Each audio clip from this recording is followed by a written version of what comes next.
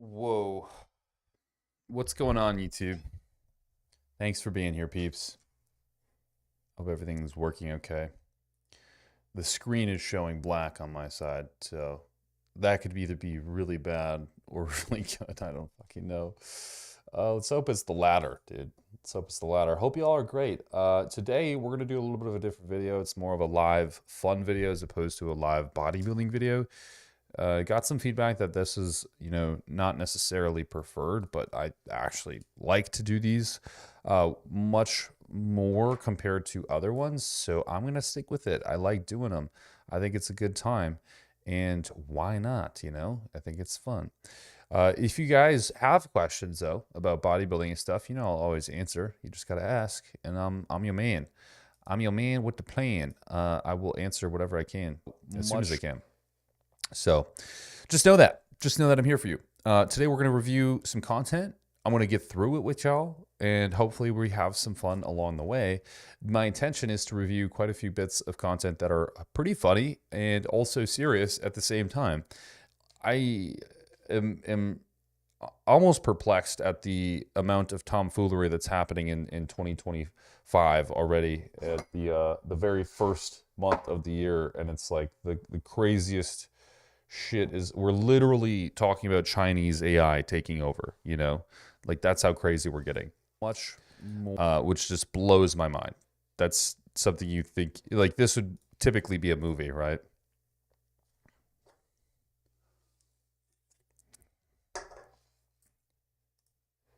So yeah, let's get right into this, guys. I'm excited. I'll wait for a little bits of people to trickle in, and we'll jump right into the projects. Basically, so I'll show you what we got. I might as well just show you so we don't have to sit here and just sit in silence. We can do this together. I'm going to offend somebody if I do this again. Okay, so we got China's new AI model. Oh my God, this is a great start so far. China's new AI model. Then we have Trump busing back immigrants to Mexico, which I just think is like the wildest. This is just crazy times. And then AAA games struggling to survive. So we're going to start with AI and with AAA games. Apparently, I want to show you guys something actually. Apparently, my audience is primarily enjoying this shit's crazy. I don't know how accurate this is, but when you look into your Instagram studio, you can see like what are the ads that it's going to show your audience because of their preferences. And the preferences for my audience are this is so funny.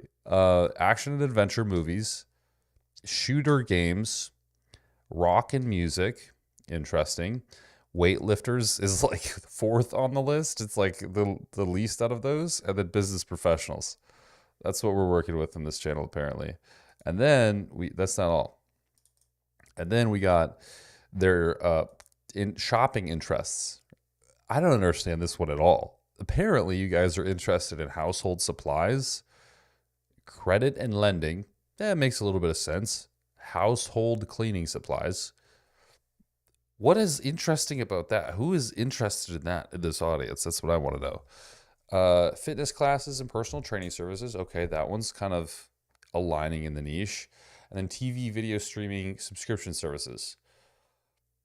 So the first three are kind of interesting to me. Household cleaning supplies and household supplies. That is a higher interest level than fitness classes and personal training services. We're growing out here. Yeah, you guys are grown up now. This shit blows me away. I saw that and I was like, who am I even talking to anymore? Absolutely ludicrous. Absolutely ludicrous times. So I made a mistake today too, and I drank far too much caffeine. And I'm just amped, dude. I'm just ready to get through this live. I want to ask you guys a question. Like, we're being for real. We're being transparent, right?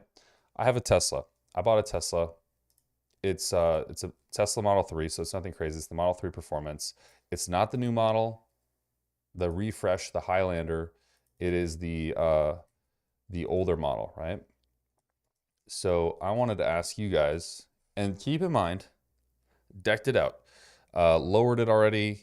Bringing it to the tint shop tomorrow. We're putting tints on it. A couple other things we're doing to it, right? Probably a wrap.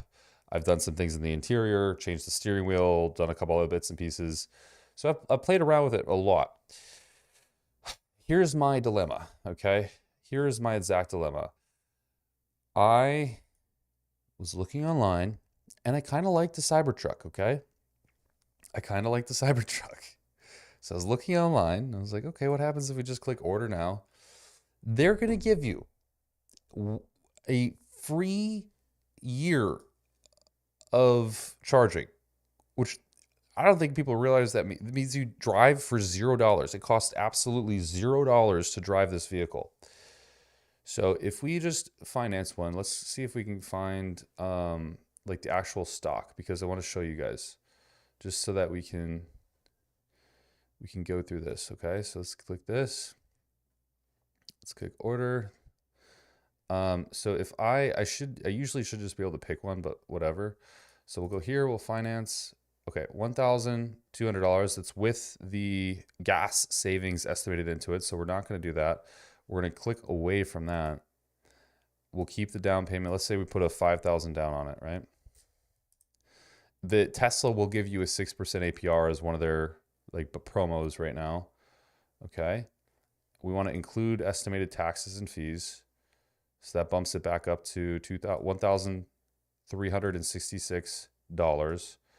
Let's say we extended that bad boy. That's not worth it. It's $100 less. It's whatever. Okay, let's put some options on it. Okay, we're not going to do the Cyber Beast. I think the Cyber Beast is kind of silly. You can get the Rage Extender, which is apparently coming out. This is going to be making it so that I don't get the truck sooner. I'd get it later. We get the Cyber wheels, not the broke bitch wheels. We're getting the Cyber wheels. They're bulletproof. Keep the current interior. And boom, available to be delivered to my house today. Today.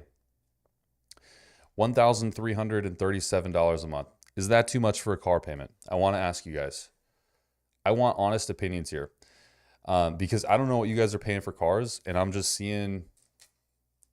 seeing crazy payments out there, dude. I'm seeing all sorts of crazy shit out there. What are you guys paying?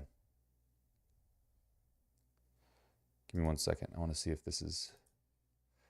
I'm like truly curious. Hold on.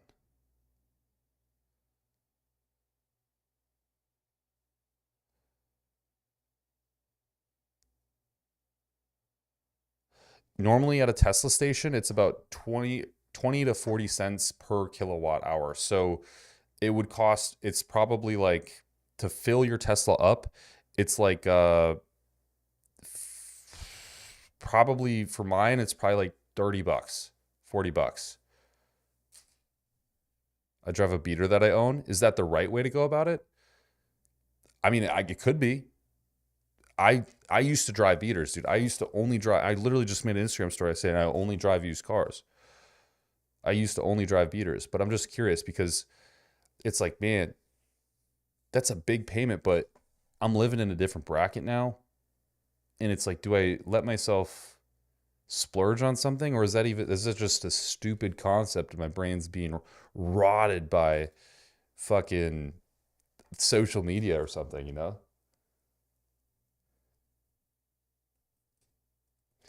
Yeah, you've learned something every day. I didn't even think about the cost of charging a car. Yeah, it costs money. Some people don't even like, some charging stations are really expensive because they charge at 300 kilowatts per hour, which is the fastest, and those cost basically the equivalent of gas because I don't know.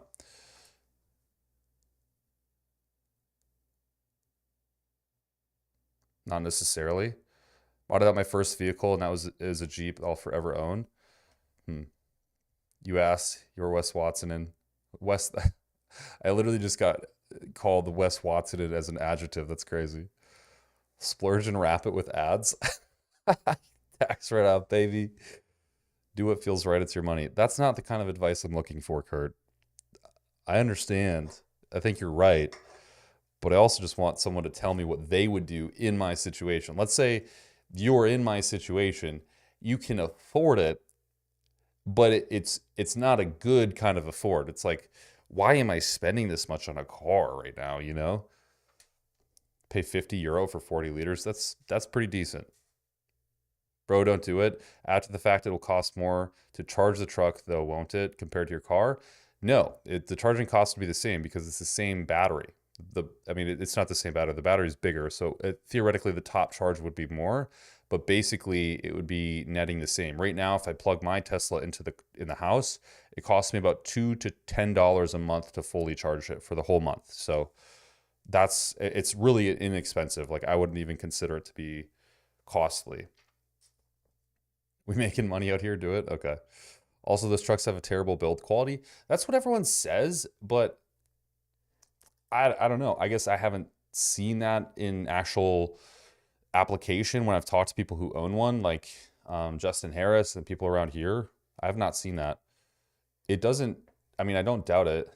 The MSRP right now is, if we go to, where do you see it? Cash. So right now it's not crazy for a pickup truck. Like, to be honest, $83,000, which sounds nuts, but truly that's not that crazy when we consider that, you know, a Ram 1500 is like that price with no features at all, right? This thing fucking drives itself. It does 0 to 60 in 2 seconds. Like, there's pretty much no way you can beat that. Just because you can't afford it doesn't mean you need it. That's true. You don't need anything in the world. All I need is food, a place to live, which even that doesn't have to be that crazy. But I don't know. You know, it's like you want shit. It's this weird thing, dude, this perpetuating desire, this urge just to like consume shit, eat fucking everything and buy shit and get the nicest watch, the nicest car, like all this, you know, it's this fucking animalistic urge to get good shit. And I don't know what it is. I actually hate it, to be honest. It's crazy.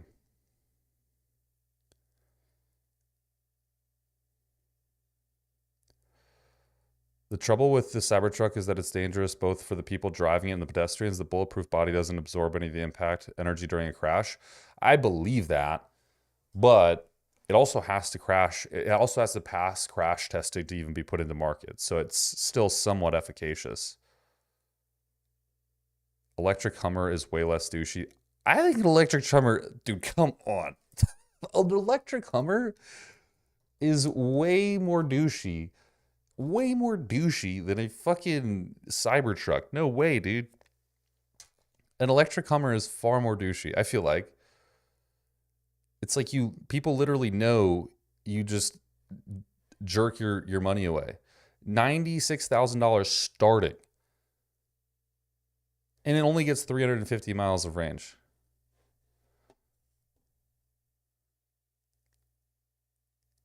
Sounds like you really want it. Go test drive one. That's what I was thinking about doing. But I know if I test drive one, it's like you go to the adoption center for dogs. You just take one home.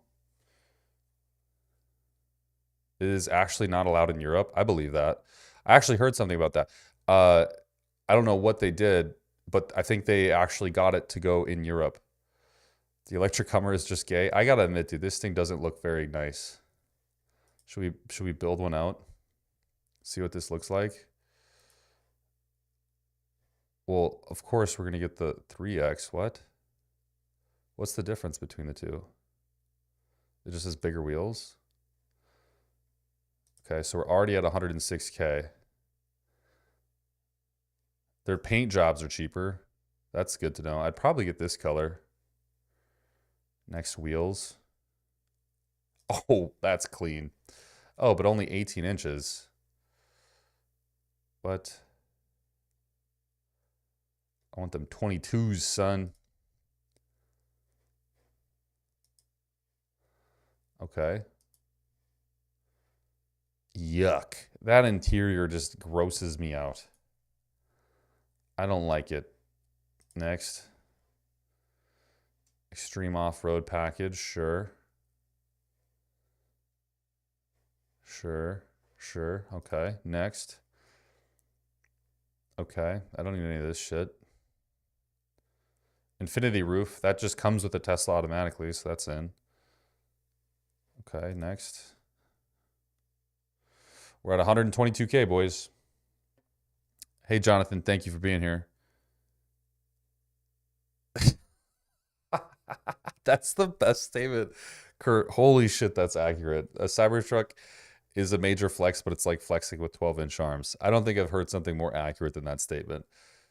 Yeah, it's like you're flexing, and people look at you and they're like, "Whoa!" But is it really that impressive? Like it's kind of the same price as every other truck. And is it like just weird that people look at you, or is it actually impressive?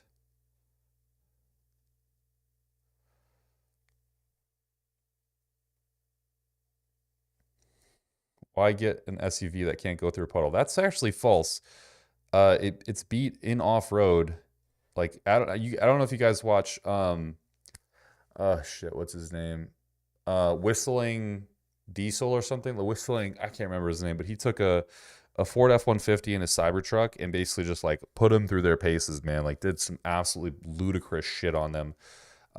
Including submerging them in water in like a deep puddle as they were going mudding, and it drove out the other side where the Ford F-150 absolutely could not drive out the other side. And the Tesla truck was filled with water, like to the actual windowsill, and it made it through. Fixing a panel on the Cybertruck would be super expensive if you did crash it. Yeah, it's all one large piece. Not, um, you can't not fix the whole piece.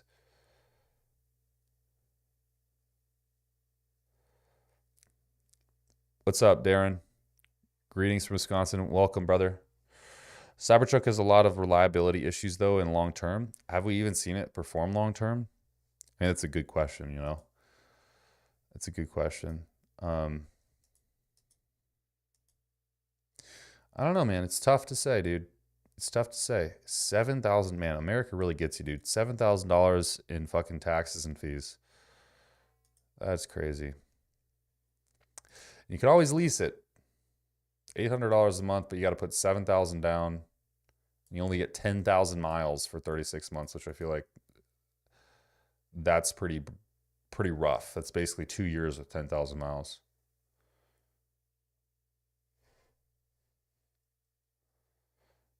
Any payments over $500 a month, you're getting ripped off. Okay, see, that's valuable insight. You know, I want to know, like, what do you guys think is a fair? Because there was actually a statistic that came out where 70% of people have a car payment over $700 a month, and 20% of those people have a car payment over $1,000 a month, and almost all of them have car loans that have an over 72-month period. So the majority of Americans are paying over $700 a month for their car payment. Mario, see, this is what I'm saying, bro. If you like it and can afford it, buy one. Life's too short to drive a lame car. I could die tomorrow. I would rather have an 86 Ford F250. I would too, but here's the thing. I would need time to work on it. If I got a car like that, I talked about this in past live streams. If I would want a 93 Ford F-150, but I would need time to work on it, and I don't think I could make it my daily driver, where something like this could legitimately be a daily driver. Like, for example, I got a 2023 Dodge Ram with a 5.7 Hemi engine and paid $475 per month. Well, what's the mileage on that, and what's the trim? Because Dodge Ram, like Dodge is in a tricky situation, dude. Their market evaluation is thrashed. It is getting thrashed right now because the pricing on these things just doesn't even make sense. It's just something so stupid. I would like a TRX though. I would not mind a TRX. But $70,000 for the fucking base pickup truck, dude? Oh, sorry, this is the RHO. Okay, $40,000. Not so bad. Not so bad. What happens after 10,000 miles? Well, the thing is everyone's like, well, the reliability issues. There's no mechanical parts in a electric vehicle. Like you have the wheels, there's no axles, there's no engine. The brakes are kinetic brakes, like they work much differently. Usually the brake pads don't even need to be replaced. The only thing you have to worry about is coolant fluid. You have springs, you have ball joints, and that's about it. It looks like a Hot Wheels car underneath. Also consider resale value. You never know what could happen in a year from now. Well, that's true. Like if Tesla failed and they stopped making Tesla Cybertrucks because they failed, that Cybertruck's going to be worth a lot more. I want to know, guys, I'm serious about this. What is a fair monthly price for a car payment? Like most of you maybe have car payments. How many of you are in here right now? 26. Okay. So there's 26 of you in here. How much are you guys paying for a car payment right now? Like, what's a realistic, and if you're not, like, what do you think is a realistic per month price to pay for a car payment? Because when you stack it up, bro, you got motherfuckers paying, hardly anyone can afford a house anymore because no one can afford the down payment, which is usually about 20 to 60, 50K. So let's say that someone's paying rent, which is a little bit cheaper. It's like, let's say it's, $1,800 a month. What's a favorable monthly payment on a house or a car? And considering that you also have to pay insurance, which for me is pretty cheap, being a veteran and all. Darren, sadly, at my age, a Tesla's too complicated. I haven't had a car payment since the 90s. That's kudos to you, bro. My last payment was $250 a month. That's actually what my last payment was too. The only car I've ever taken a loan out for, besides this one, was the Trailhawk Tacoma, and I paid for that majoritively in cash. Anything above 500 is nonsensical. So is it 500 basically? 500 a month is the cap. So if it gets below 500, it's worth it. So if we go back to the Cybertruck,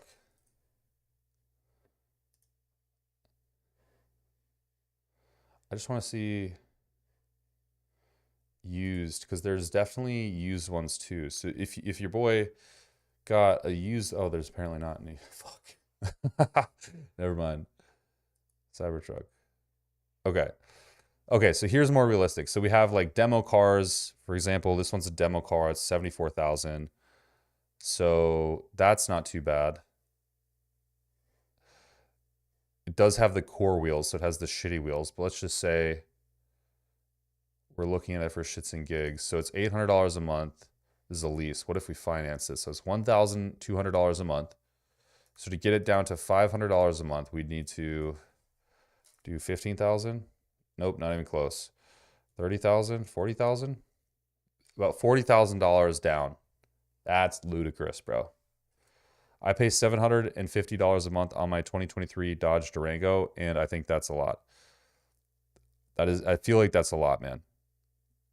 Okay, Ruben, let me ask you, do you feel like you stress out about that bill every month? I don't know what your financials are, but like, do you feel like you stress out when that bill comes around? You're like, oh shit, dude, it's the first of the fucking month, man. Fuck. Is it like that fuck sensation? Or are you like, okay, no worries, bro, I didn't even think about it?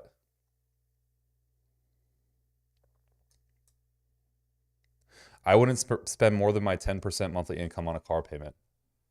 That's a pretty good metric. Only one person here has told you to go for it. Yeah. I'm thinking about buying a BMW E92 330. I had one of those. They're really nice cars. I had one of those. I genuinely think they're very, very good vehicles. No, I make good amounts as a federal employee. So the $700 you don't feel stressed about, but you do feel like it's a ripoff, basically. Or you do feel like it's too much, at least. I also think that percentages, even on this incentive, are too high. Like if I'm to use Tesla's incentive and get a 6.99, I still feel like that's too high. I remember the first car I got, it was like, I think it was like 3%. Corolla gang.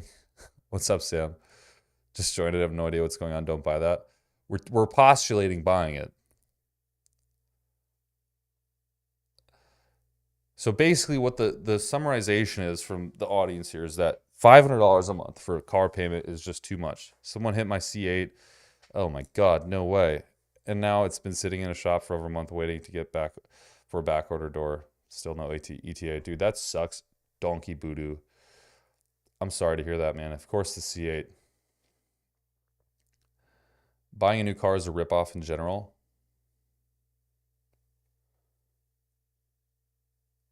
Yeah, dude. Dodge is like their market is it's getting thrashed, dude. Like you can buy a Dodge with like stock screens, like the little square 5-inch screens, and it's over fucking 80 grand. I'm like, dude, what is this?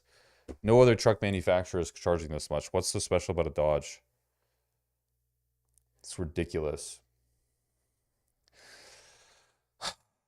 Well, if you guys don't want me to buy the fucking Tesla, I won't buy the Tesla. I'll just keep my Tesla that I have now. I'm actually curious. Now that we're on this topic, let's look this up. Average house payment, let's say average mortgage in America. I wonder if there's a number for this. Okay, as of August 2024, the average monthly mortgage payment in the United States was around $2,200. Okay, $2,200. What is that? Is that a large amount for you guys? I know this is such a, in perspective thing, but I think the audience here is a pretty good average of general citizens. Do you feel like 2,200 is a ludicrous amount to pay for a house per month?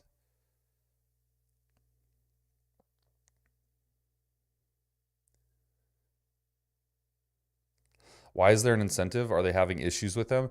No, the Cybertruck's fine. They have all the foundation models and it's 2025, and so they're trying to clear out the 2024 models basically.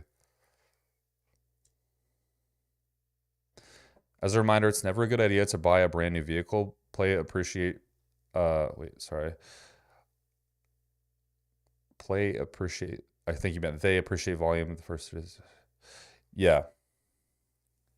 Well, I think, what I like to do is snipe lightly used cars because they depreciate extremely fast and then you basically get a brand new car.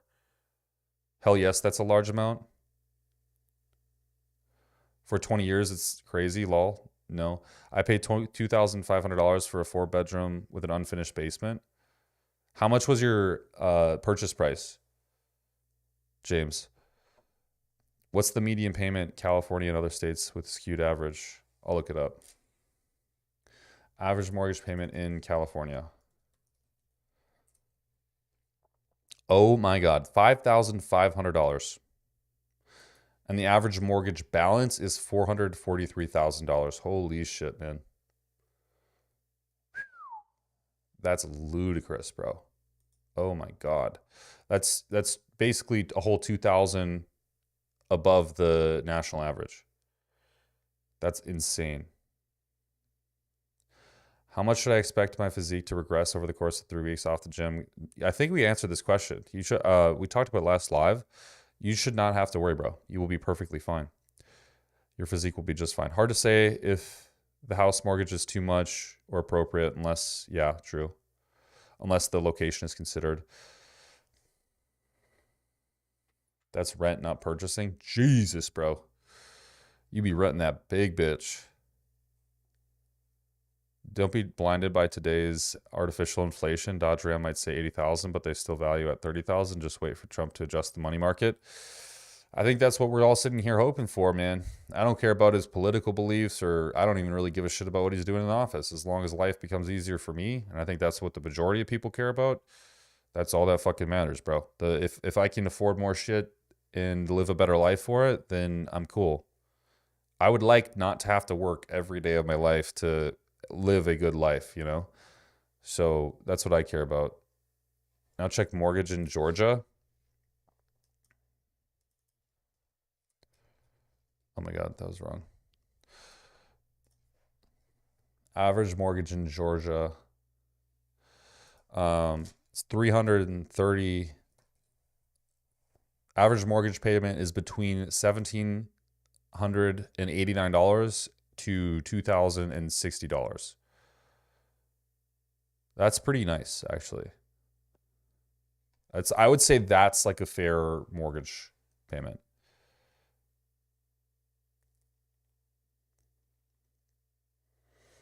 The prices are going up. That's a fact that's playing out now. Yeah, I think so. I think, well, as always, like prices are going to scale as interest rates do. But I think we're coming to a critical, like the market just lost like $10 trillion or whatever, $10 billion. I think we're getting to a critical mass where people like what, honestly, and I don't know if you guys can realistically, I don't know if you guys can realistically afford shit like this, right? I'm just kind of talking out my ass here, but what okay, so what, later 2020s couple is going to be able to afford a $300,000 home these days, right? Like, first of all, they have to pay a down payment. They have to pay for mortgage insurance. They have to pay for taxes. They have to pay for the actual licensing fees and all that as you do sell or buy the home. And then they have to pay the monthly payment. Like, I don't understand at this current interest rate plus market how people are actually affording living in a home. I pay about $1,600 for a 5-bedroom with a finished basement. Jesus, Darren. Where are you living, bro?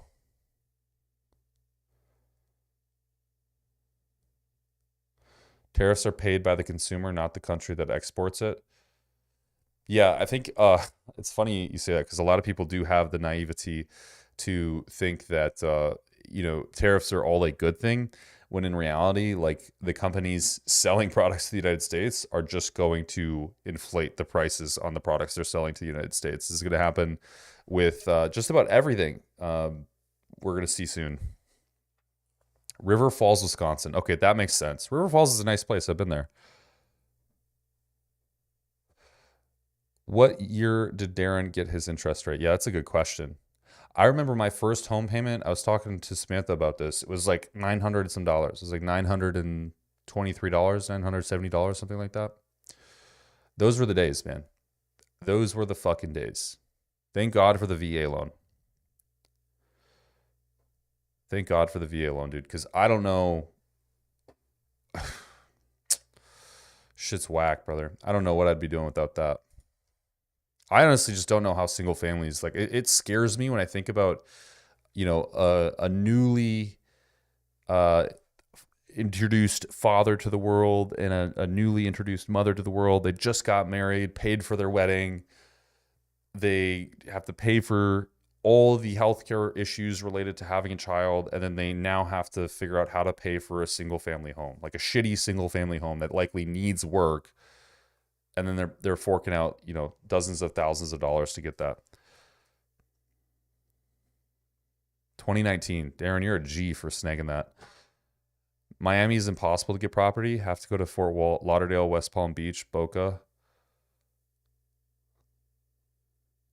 That's why the states will buy elsewhere. I'm 40, wife, 5 kids, own my own business, and I'm fucking drowning. I make decent money, but it's never enough. Dude, I can relate to that, man. I can absolutely relate to that, bro. And I don't even have, like, that's the thing. I don't even have your problems. I make, I don't love talking about it because I'm not like Wes Watts or anything, but I make good fucking money, bro.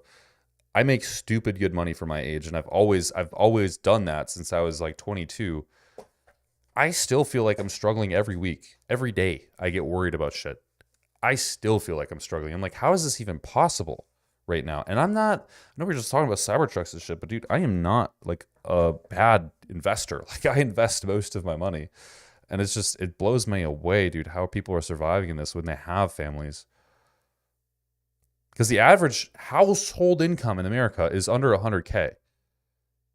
It's like, what the fuck? I downsized on my apartment so I don't have a mortgage anymore, and some savings in the bank allowing me to spend more on cars. There you go. My rate was 3% 6 years ago. Jesus, I bought down my rate to 6% when I bought a new house 2 years ago. How much did you pay to buy down your rate? Having a kid isn't necessity, so people are going to go without. I'll never have kids. Yeah, I think honestly at this point, if someone is interested in experiencing life outside of their state, they can't have kids, because to afford the ability to travel, to do things, and to experience things, it's definitely going to require a single family, or a single guy with no kids. Legitimately, it's a crazy situation. I don't even know how to interpret it. It's such a drastic issue, and I think it really gets blown over in a lot of internet speak and politics and stuff like that. But truly, when we're talking about like those 20-year-olds who are just trying to start a family, bro, what are they doing? How do you get out of that? Like, you literally can't. You're stuck in a rent basically for the rest of your life until you can actually, rack up enough racks to pay a down payment. The buy down only costs you $1,500. Hey, that's crazy. I live with my mommy at 25. That dude, fuck it. I wish I could. How can I afford it? And also went to the top university. Says, wow, went to a top uni for computer science in the U.S. It's over. Damn, dude. Bro, fuck it though. I won't even get mad at that. But I would love to live with parents. I would be. Look, as a whole, I think the family system should stick together, actually. Like, if you can accumulate wealth as a family, it's much better than trying to accumulate wealth on your own. Because if you, your brother, your sister, your mother, and your dad are all trying to do their own thing, there's, you got 5 different car payments, you got 5 different insurance payments, you got 5 different mortgages. What are you going to be able to buy when everyone's wealth is so divided like that? But if you could stick together and just pool all your wealth together and then splurge in on shit that's big together, you're going to be able to live such a more fruitful life and make way more meaningful investments over a long period of time. We live on one salary of $60K. All my kids live with me, ranging from 8 to 26. Holy shit, Darren, that's incredible. It's scary, to be honest. I would be terrified to have a kid. I would wake up having panic attacks. Yeah, me too. There does come a freedom with renting. Mixing family and business can get messy though. Yeah. Mixing family and business can get messy. It's just that I think you're much more viable to, if you had a good family, and you had, a general understanding that you're trying to get out of this thing together, I think you could do it. I gotta go pee. I'll be right back, James.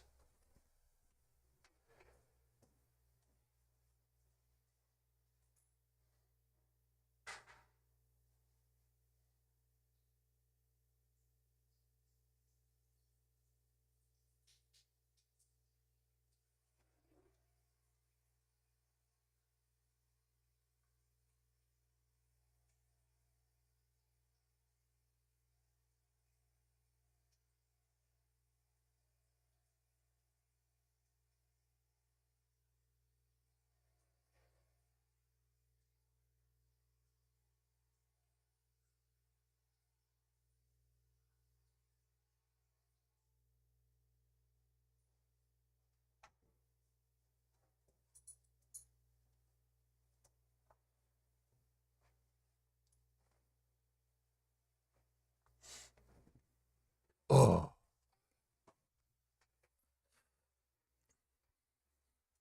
See you later, Darren. I commend people that have kids too. You have to have kids. I would rather live in a tent with my children and wife and just live some dream. Even though it's incredibly difficult, kids are so worth it. Yeah, it's just, I've always wanted kids, dude. I really have. I've always wanted 2 kids. Like, I think it'd just be the perfect life. It's just so hard to conceptualize as a guy who's been able to travel the world and do like all these crazy things. A guy who's in the army, doing all the fuck shit that you do in the army. And it's like, being able to afford nice things and not just like, I'm in a situation where if I generally want something, I just buy it. I don't have to really consider the effects of it. But with kids, that's absolutely not a possibility. And that's just scary to me. Renting is as much as buying a house in some cities. It is, but more fees come with renting, right? Like, will come with buying. If shit goes wrong, like for instance, you know, close to 25K on my house, and I've lived here for a month. You know what I mean? It's like shit adds up quick when you're living alone or in a house owning it, because technically you don't even own it. The bank owns it, but you're just paying for all the shit to fix it.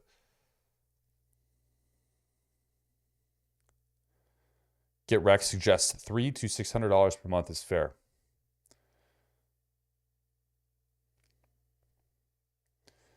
Times and attitudes have certainly changed over the last 30 years. This is a strange new world we live in, you know? Yeah. It is weird, man. I don't really know how to, like I said before, I don't really know how to interpret it because it's so condemning. I work my ass off, dude. Like, I really do. I don't think people realize like how many hours I work, how many days in a row I work, how consistently I just roll out of bed, start working, doing shit all day, go to bed doing shit, texting on my phone, like literally all day to make a solid ass income. Like, I make, you know, really good money. But at the end of the day, if I stop for one day, that's money I lose.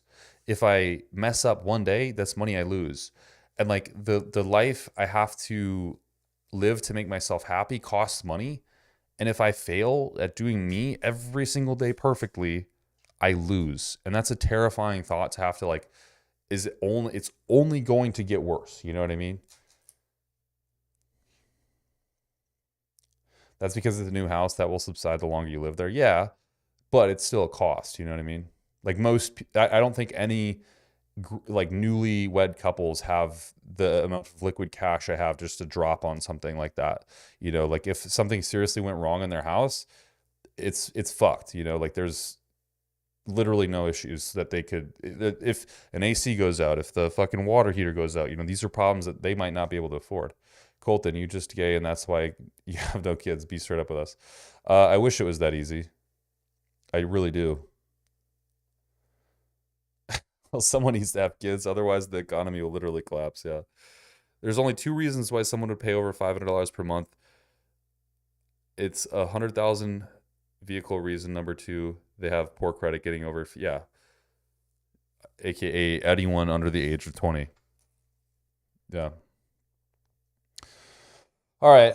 Let's react to some content. We've been talking about fucking economics this whole time. I didn't even mean to do that. I just talked about Tesla and then we got into economics, which is crazy. So I won't buy the Tesla is what I ended up with. I will not do that. But I do appreciate you guys talking about that. That was fun. So now we're going to talk about another economic crisis.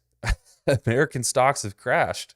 Absolutely been wrecked by this new Chinese AI model, DeepSeek, which they somehow released at a fraction of the price of any AI model the American side has made, and is now free as well. This video is China's new AI DeepSeek just won the tech race. American CEOs in shock by Cyrus Jansen. Let's check out what's going on, because some shit is getting hectic. 2025 is a movie. I love it. Every time we come on here, boys, something catastrophic just happened within the world. I love it. China just unveiled a new piece of technology that is disrupting the entire tech world. But what's more fascinating about this development is the timing of its release and what it means for the future of US-China relations. On January 20th, the very same day that Donald Trump was sworn in as the 47th president of the United States, China released DeepSeek R1, an advanced... It's like they knew it was coming. You know, it's like they definitely saw this shit coming from a mile away. And I think Donald Trump did do. And that's why he signed the, what was it called? His initiative to basically make America the leading AI specialist. Cybergate, what was it? Some kind of weird name like that. It's why he did it, because he probably saw this shit coming from, like, there was probably some kind of, you know, forewarning that people had that weren't necessarily insiders. An advanced AI tool designed for deep data analysis that is an immediate rival to America's OpenAI. It took Google and OpenAI years and billions of dollars to build the latest AI large Stargate. Thank you, Stargate. Language models, but now a Chinese research lab has built a competitive model in just 2 months with dumbed down GPUs for less than, get this, $6 million, not billion, $6 million.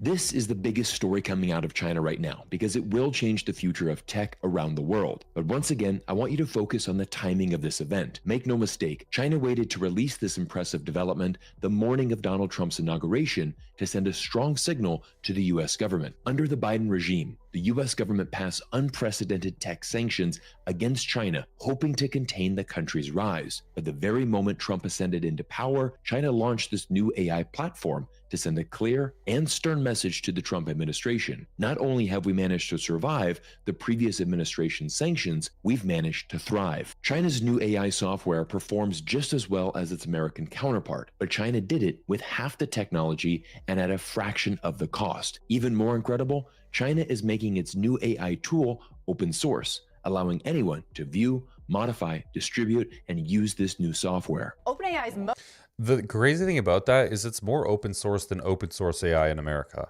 Because open source AI in America, you can try to get it to do things, but it does have limitations. It's almost a censored version of AI, where I don't know if you guys have used DeepSeek, but you can use it, right? And dude, there's no censorship. Like, that shit will just say whatever you ask it to do. It will do whatever you ask it to do.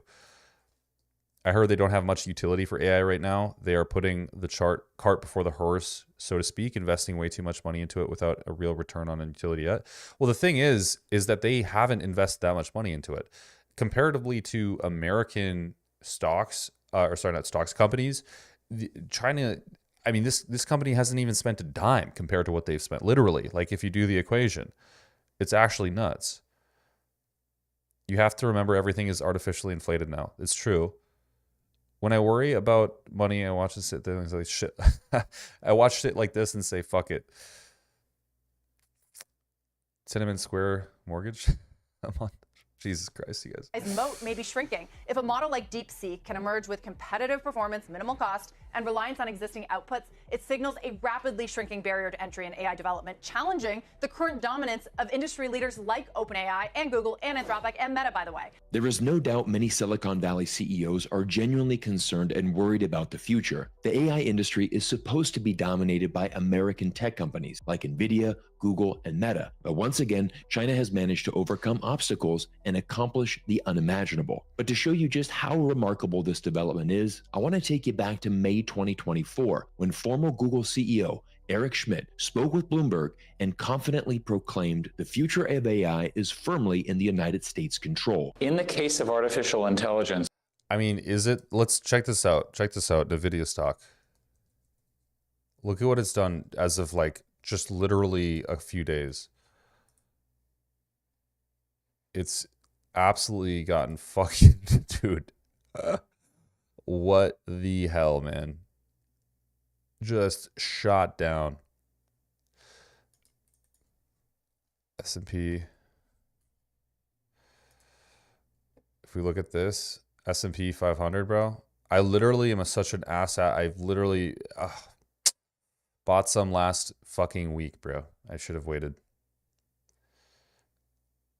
I mean, this is just ludicrous, dude. AI gets launched. Pew. China knows what they're doing.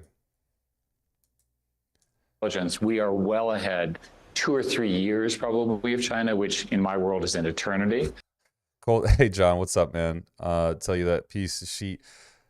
Hey, bro, I hope he is, man. I'll spin kick his fucking face if he does, man. I'll spin kick his face for you. I was going to make a video on him because I just can't stand that. Oh, my God, dude. Anybody who's like that, who's, you know, a mature man that wants to put himself out there as an authority figure and attack somebody on the internet is just like, you're a joke. There's literally nothing you could do to anybody. You could absolutely fucking do nothing to us.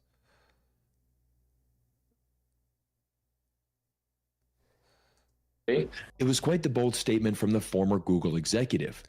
John, thank you for stopping by the way. Who is one of the most influential. You do have categorically the best hair in the business.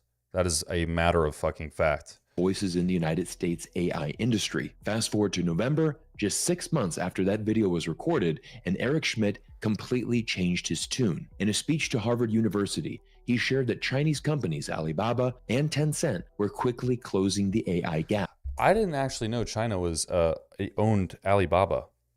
That's crazy. Do a video. All right, John. I'll do one just for you. In your honor. Wet paint, bro. I would love to see Kolton fight, sparring, or whatever. That would be good content. Yeah, I would actually like to do that. The problem is where I live right now, there's literally nobody that does. There's nothing. We have like one boxing class that's held here on base, like on the Air Force base. And then outside of that, there's like one mixed martial arts, but it's fucking karate. I'm not going to do karate. What kind of gay shit is that? Sorry if anyone does karate. Thank you, bro. I really appreciate that, John. I really do. I'm trying. So I can't really do anything here. It's not like Thailand where you just walk up to a Muay Thai camp and it's like you just literally start fighting professional fighters and they're striking.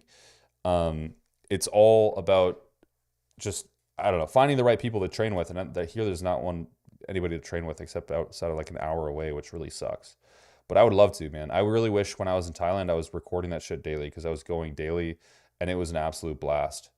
So, yeah, one day it'll come.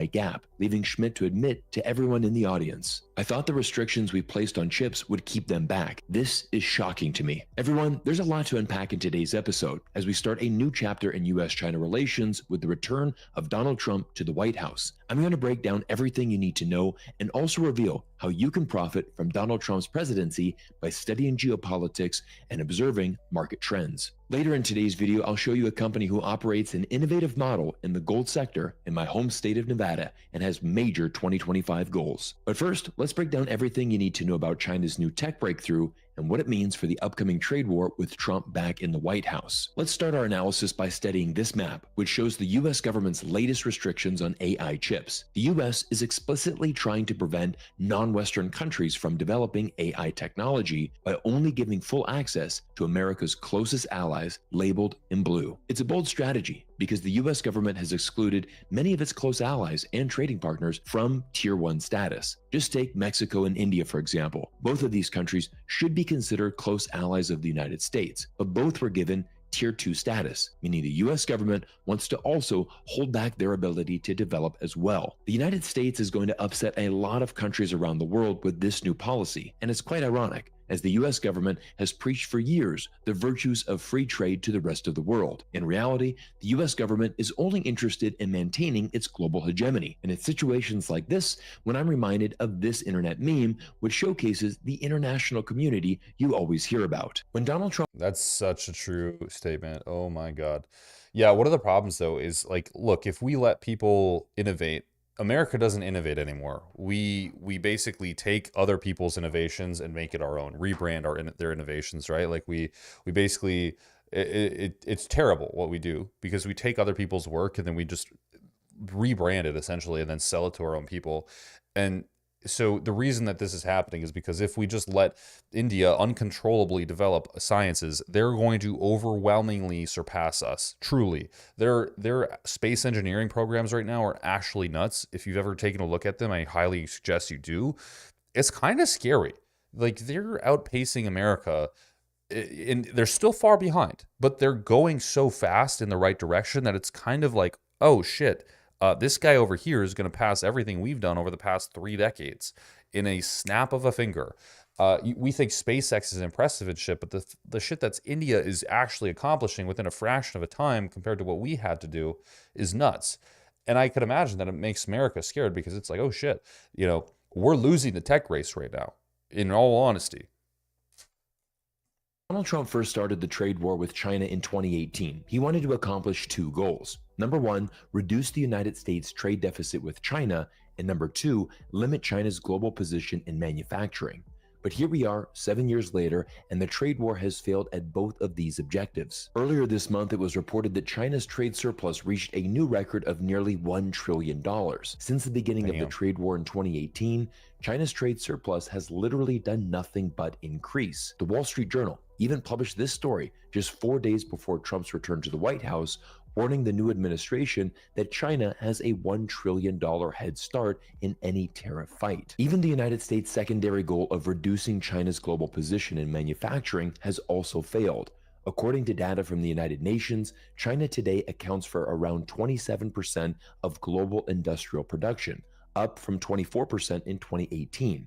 By 2030, the UN predicts China's share of industry will have risen to 45%. The cold hard truth is, despite all of America's efforts to stop China, Chinese factories are dominating global manufacturing on a scale not experienced by any country since the United States after World War II. Kishore Mahbubani, Singapore.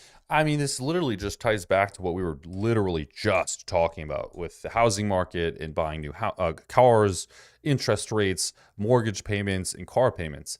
No one has the ability to work at cheap labor costs, and also companies don't have the ability to pay employees at rates in which will give them a livable income in America, especially if they're startups. Like, I don't think you guys realize, yeah, it's great to say, well, Amazon should, be resourcing everything in America, and Tesla should be not producing stuff in China like they are, which they just, developed the manufacturing plant over there, which is the largest in their lineup.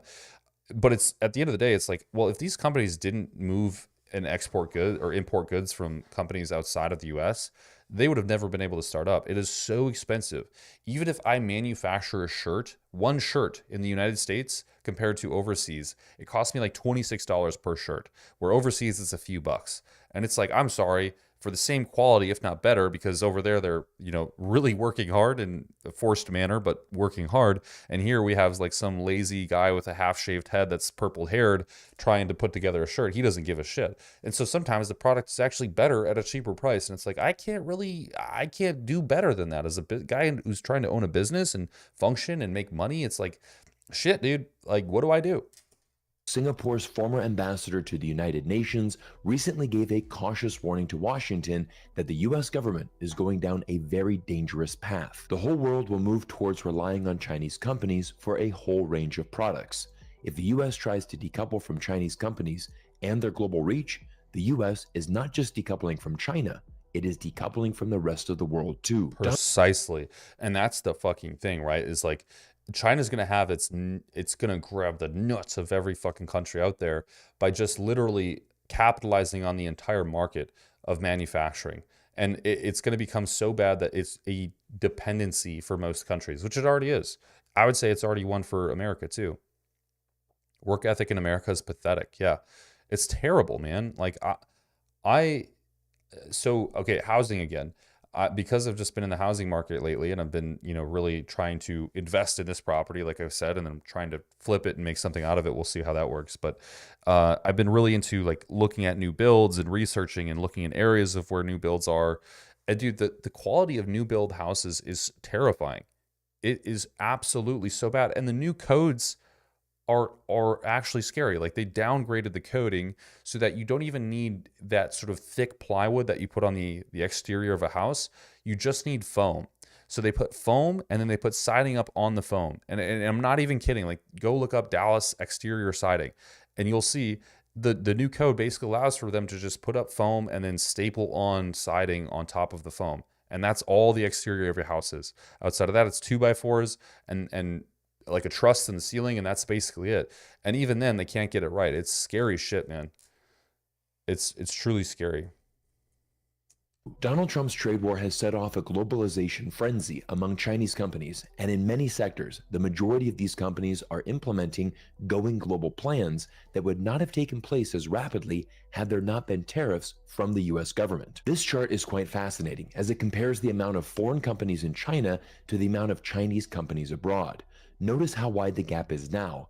While foreign brands in China have decreased in recent years, Chinese brands are expanding aggressively overseas. What we are witnessing in real time is that America's efforts to contain China have resulted in China accelerating its progress in many important industries. And there is no greater case study to examine than China's progress in both semiconductors and AI. For many years, China imported hundreds of billions of dollars worth of American microchips. At the time, China was more than happy to be the United States' #1 customer. But when the US cut off China, all of those resources were redirected back into domestic Chinese companies, which are now seeing more profitability, greater capability, and more scope to invest in research and development. The United States has basically forced Chinese tech companies to accomplish something they didn't need to achieve before, and this is how China was able to develop DeepSeek R1, the new open source AI tool that has every Silicon Valley tech executive worried about the future. The first reason for concern is that China has proven you don't need hundreds of billions of dollars to produce the software, and tech insiders simply can't believe how China built a rival to OpenAI in less than 2 months with a budget of only $6 million. It's okay. I don't know if you guys are into gaming, but it's the same thing as Black Myth Wukong. Game Blue, we were in a gaming drought. There was no good games at all. Black Myth Wukong comes out of nowhere from a game developer who was only making mobile apps with a budget that's less than a 16th of what most of these AAA gaming industries are doing here. And the game literally destroyed with graphic fidelity, performance, and actual gameplay every game that the American market has produced in the past 5 fucking years. And then the sales would concur with that. The reason is that we don't have all, like, I don't know, man, this is a big brain perspective, right? But in America, we have this like really big ideology, which is, well, I don't have to work hard because it's not mine. And I don't have to do this because I'm not getting paid enough. And also, a lot of these companies become bloated and inflated with HR firms and consultation companies and X, Y, and Z tax firms helping them out with God knows what. And it's like, well, $1 million there, and $1 million here, and $1 million here. And all this bloat and fucking employer garbage just crashes down on people with making things unnecessarily expensive and also shittier than counterparts making things much cheaper with just better work ethic, better elbow sweat, essentially, which is disgusting. Blue collar bodybuilding, maybe you're actually shadow banned. I don't know if that's true. Yeah, it's not auto moderated as well. So work ethic is great. Payouts are bad. I would say work ethic is not great. In certain individuals, it's great. But I can tell you from, I would never hire an American to edit videos for me. I'll never hire an American to make graphics for me. I'll never hire an American to do any sort of outreach or sales work for me because they just don't give a shit. Like there's not that, people don't have that dog in them here like they do in other countries. Just download a DeepSeek to compare to ChatGPT, and the DeepSeek server is so flooded I can't even sign up. Yeah. There, you won't be able to get in there for a long time. Black Myth Wukong made the rest of the gaming industry look so bad. They just cared more about the product. Yeah. And that's the thing. I think China understands as well. Like they're selling a fucking product to the consumer. And America just says, we're going to make this product the way that it makes us the most money. And you're going to consume it because we told you you'd like it. It's just never going to work. It literally will never work. Why the difference in price? Like, what am I getting for $5.5 million versus $1 billion? That's the thing. You're basically getting a model that's as good as the frontier models that OpenAI and Llama have created. I can't stress enough how big a deal this is to the future of America's tech industry.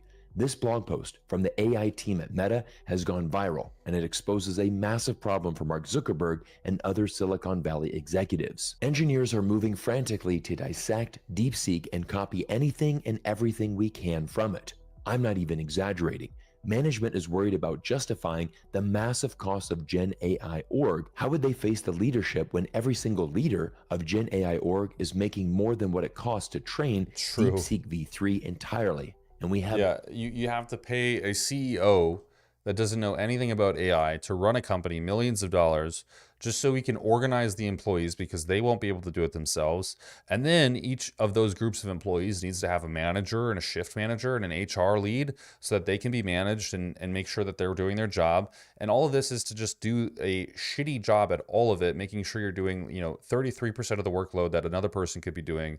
Basically, what I've found is if you can hire a 5-star hitter in one spot, you can eliminate 4 other employees. Like if you can hire someone who's actually really invested in seeing something improve, you can literally fire 5 to 4 other employees. I've had this happen in my own company, and it's like, I I don't know where that comes from in America. It's just this weird fucking thing, man. Most Americans can't even get their shoes tied without breaking a sweat. Most gym equipment is made in China. If it isn't, it's always 25 to 50% more expensive. Yeah. It would be a really good time. You're picking up on something. Get wrecked. You should try to catch the wave because you are absolutely right. I bought a dip pull-up station. I got delivered today. Pretty sure it was made in definitely was made in China. We have dozens of such leaders. After living in China for over a decade, I've come to realize that finding solutions to this man's a goddamn fucking not even American, dude. I should be speaking to this man in Chinese. Konnichiwa, brother. complex problems is literally in the Chinese DNA, and one should never count against China's ability to innovate. 10 years ago, Harvard Business Review was publishing articles claiming China has no ability to have a good night, James Foster. I hope you have a beautiful evening and a safe morning tomorrow. Innovate. But fast forward to today, and we now have some of America's most prolific tech investors, like billionaire Marc Andreessen, who helped build the world's first web browser, state, DeepSeek R1 is one of the most amazing and impressive breakthroughs I've ever seen, and as open source, a profound gift to the world. To be honest, this story goes much deeper than a breakthrough in AI development. The world is now waking up. I want to know how they're measuring the AI to OpenAI, knowing China, it could be very good marketing, because this guy really has only said that it's better for with no reasons. I think it is clearly better. I won't go into it here, but there's a lot of representation of it being quite better in terms of processing power. It's also free. You don't have to pay for full access. But as someone who had a chance to use it today, I would say it is at least 20% better in its ability to compute complex requests. I'll say that much. I got a new kitten on Friday, half Maine Coon, half Russian Blue. Named her Katya. I love her. I hope she goes in I hope you guys thrive together. Sounds like an adorable cat. Ask AI steroid questions. Pretty funny. I do a lot, actually. How I use AI is very strict. I use it as a how'd you say this? What is the word I'm looking for? Like a brainstorming tool. So what I do is, like, I research and I'll use it as like a co-pilot while researching. So basically I'll be like, okay, I found this study. Can you summarize it for me? And it summarizes it. And then I was like, okay, cool. Can we find more data that's actually in agreement with this data? Does that, right? And like, I'll use it in that capacity. I won't ask it to generate ideas, but I'll use it to compound on the ideas that I do have. And I think it's pretty good for that. It does actually, once it learns your kind of messaging, it does actually get to be very good at talking about things like that. Up to the reality that China has officially caught up and is overtaking the US in tech and innovation, despite America's best efforts to stop China's rise. From Stanford to MIT, China's DeepSeek R1 has become the model of choice for America's top university researchers, basically overnight. And to be honest, it's quite easy to see why. Independent third-party testing has shown that China's DeepSeek R1 is almost identical in terms of quality to the United States OpenAI, as shown in this graph.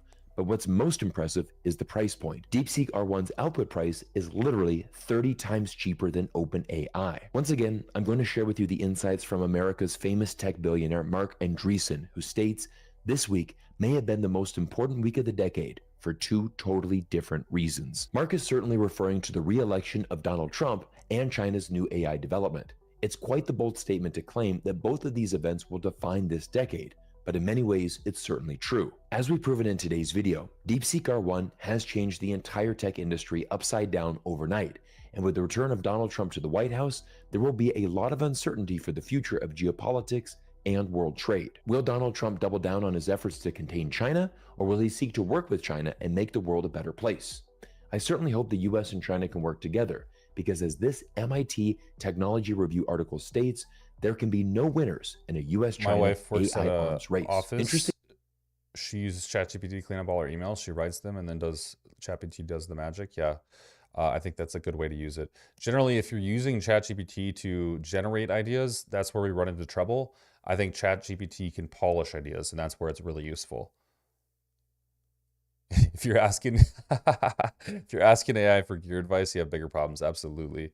Yeah, you need to do your own research. I think ChatGPT is only as good as the knowledge base that you already have, right? So if you don't have knowledge base, it's not going to be able to be helpful, especially if you can't ask the right questions with the right frame of context. And like, let's say you bring up, how does testosterone work? Well, if you're not asking it like the correct questions about its molecular, influence, its non-genomic versus genomic influences, like you can't really do that. As well as I always make sure it fact checks itself by citing sources whenever it says something.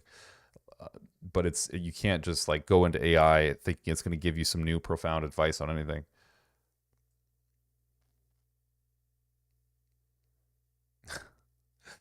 What he's talking about, arms race are good for tech. Interesting enough, almost half of all the top AI researchers globally, some 47%, were born or educated in China, according to industry studies, meaning that if the United States wants to influence the future of AI, they're going to have to do so by working with the Chinese. I'm going to include a link to this MIT article and all my sources I've used in today's video in the description below.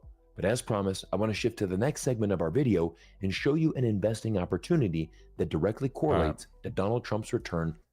We don't need to see the investing opportunity, but I do think it's interesting that China has just dropped this within 2 months, $6 million, when OpenAI is supposed to be the leading AI in the world, and it's, falling apart at this point. Falling apart. It's very interesting.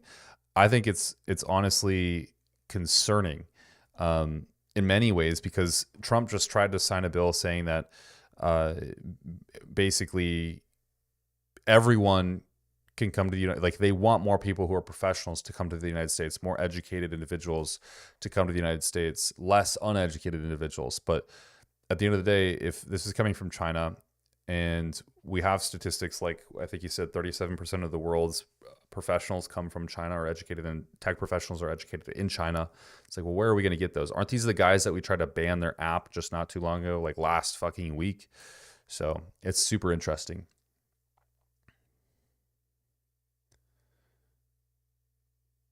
We didn't develop nuclear power for friendliness. Turns out it's great. Yeah. Yes. I mean, like the way I see this is it just applies pressure for change, and change is good. If it unearths a lot of the bullshit that's happening now, I think truly, where people don't really realize this, like the economy is as bad as it's ever been. Life in America is as bad as it's probably ever been. Like things are not good. So change in any way, I welcome it, because even if it's unstable, if it brings unstable times and there's concerns for more crazy things happening, I still think that change directs, sort of like when you plant a plant, right? Or like you're actually putting crop down, like corn, for instance, you have to churn the ground, churn the soil, aerate the soil before that ground becomes fertile. And this is no different. I feel like you have to sort of mix things up. You have to like really create shock and change to pressure. You have to create pressure to create real change in the world. Why not be this? I use ChatGPT for measuring info to reconstitute peptides. Yeah, it's actually really good for that. I use it as a calculator as well for peptide dosing.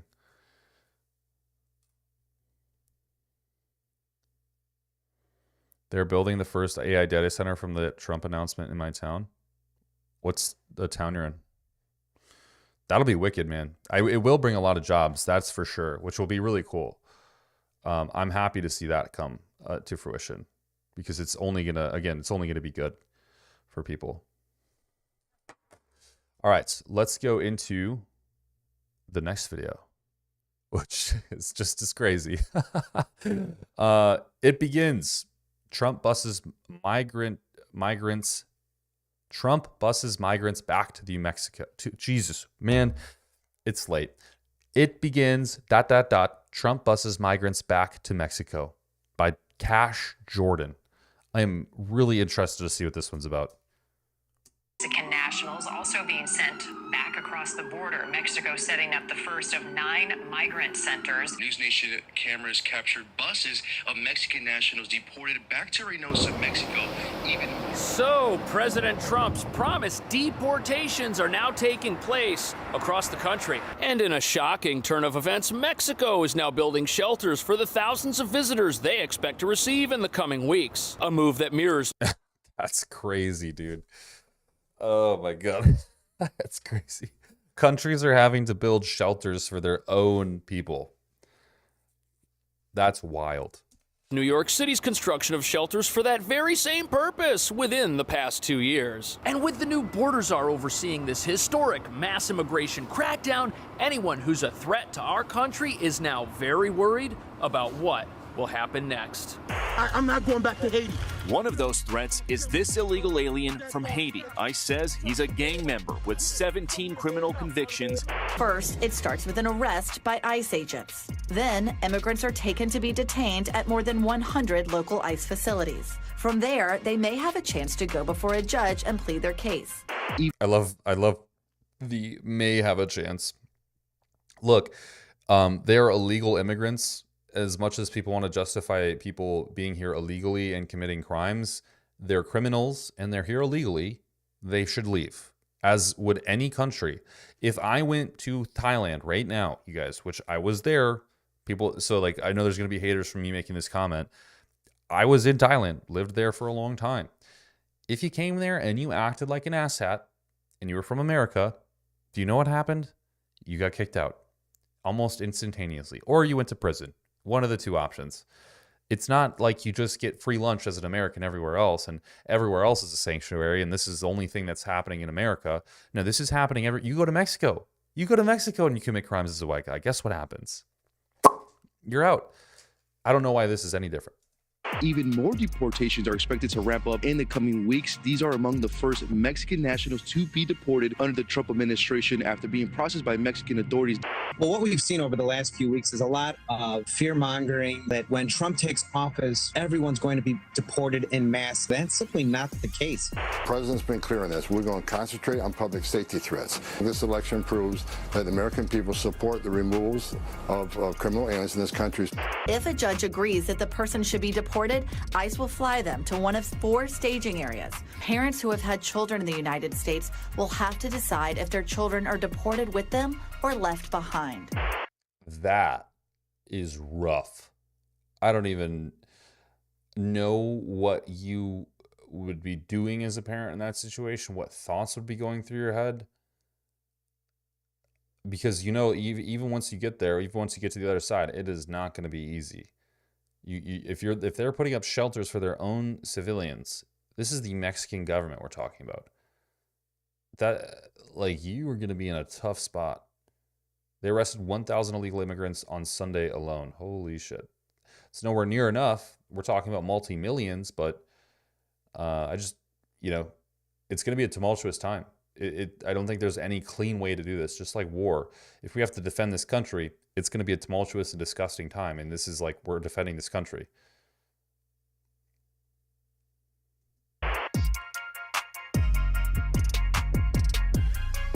I'm mixed. Which part of me has to leave? Dude, the lower half of you, unfortunately. That means your penis as well. You get cut in half, brother.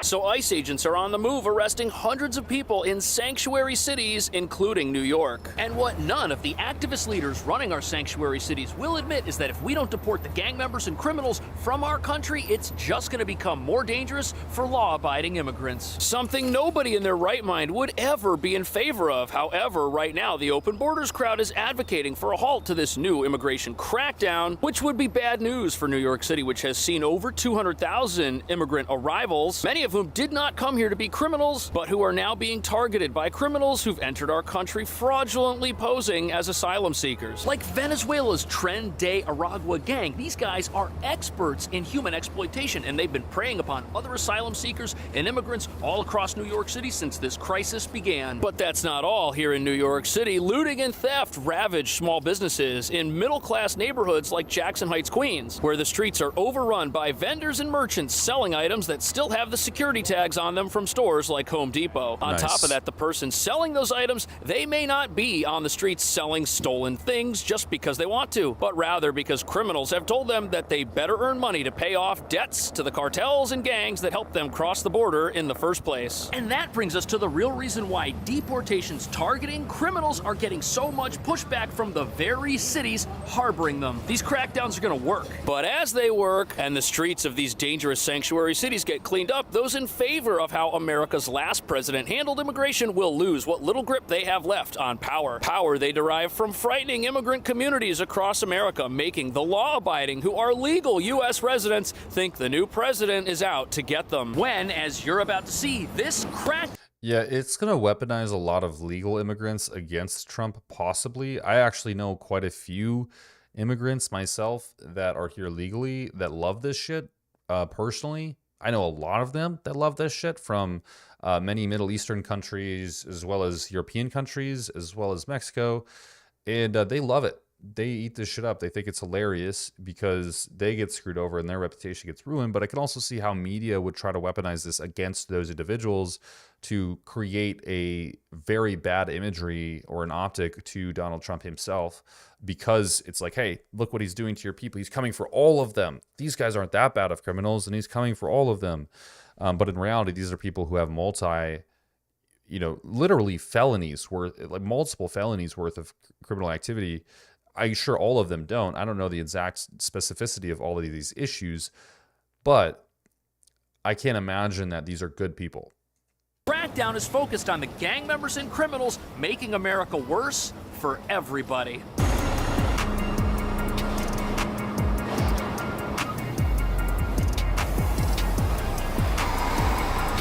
So here we are at the Port Authority bus terminal, and what's shocking about these recent immigration developments is that the idea of busing people back to the border from sanctuary cities is the exact opposite of what's been taking place, at least here in New York, for the last 2 years. There was one day last year when New York City received 14 buses from Texas carrying newly arrived asylum seekers. But That's now insane. buses from America will be going the opposite direction as ICE carries out deportations designed to rid America of dangerous individuals who are going to be sent back to their country of origin. No shot she's an immigrant. Designed You guys think she's an immigrant? to rid I'm going to say no shot. I don't think she's a born American, or at least born again American.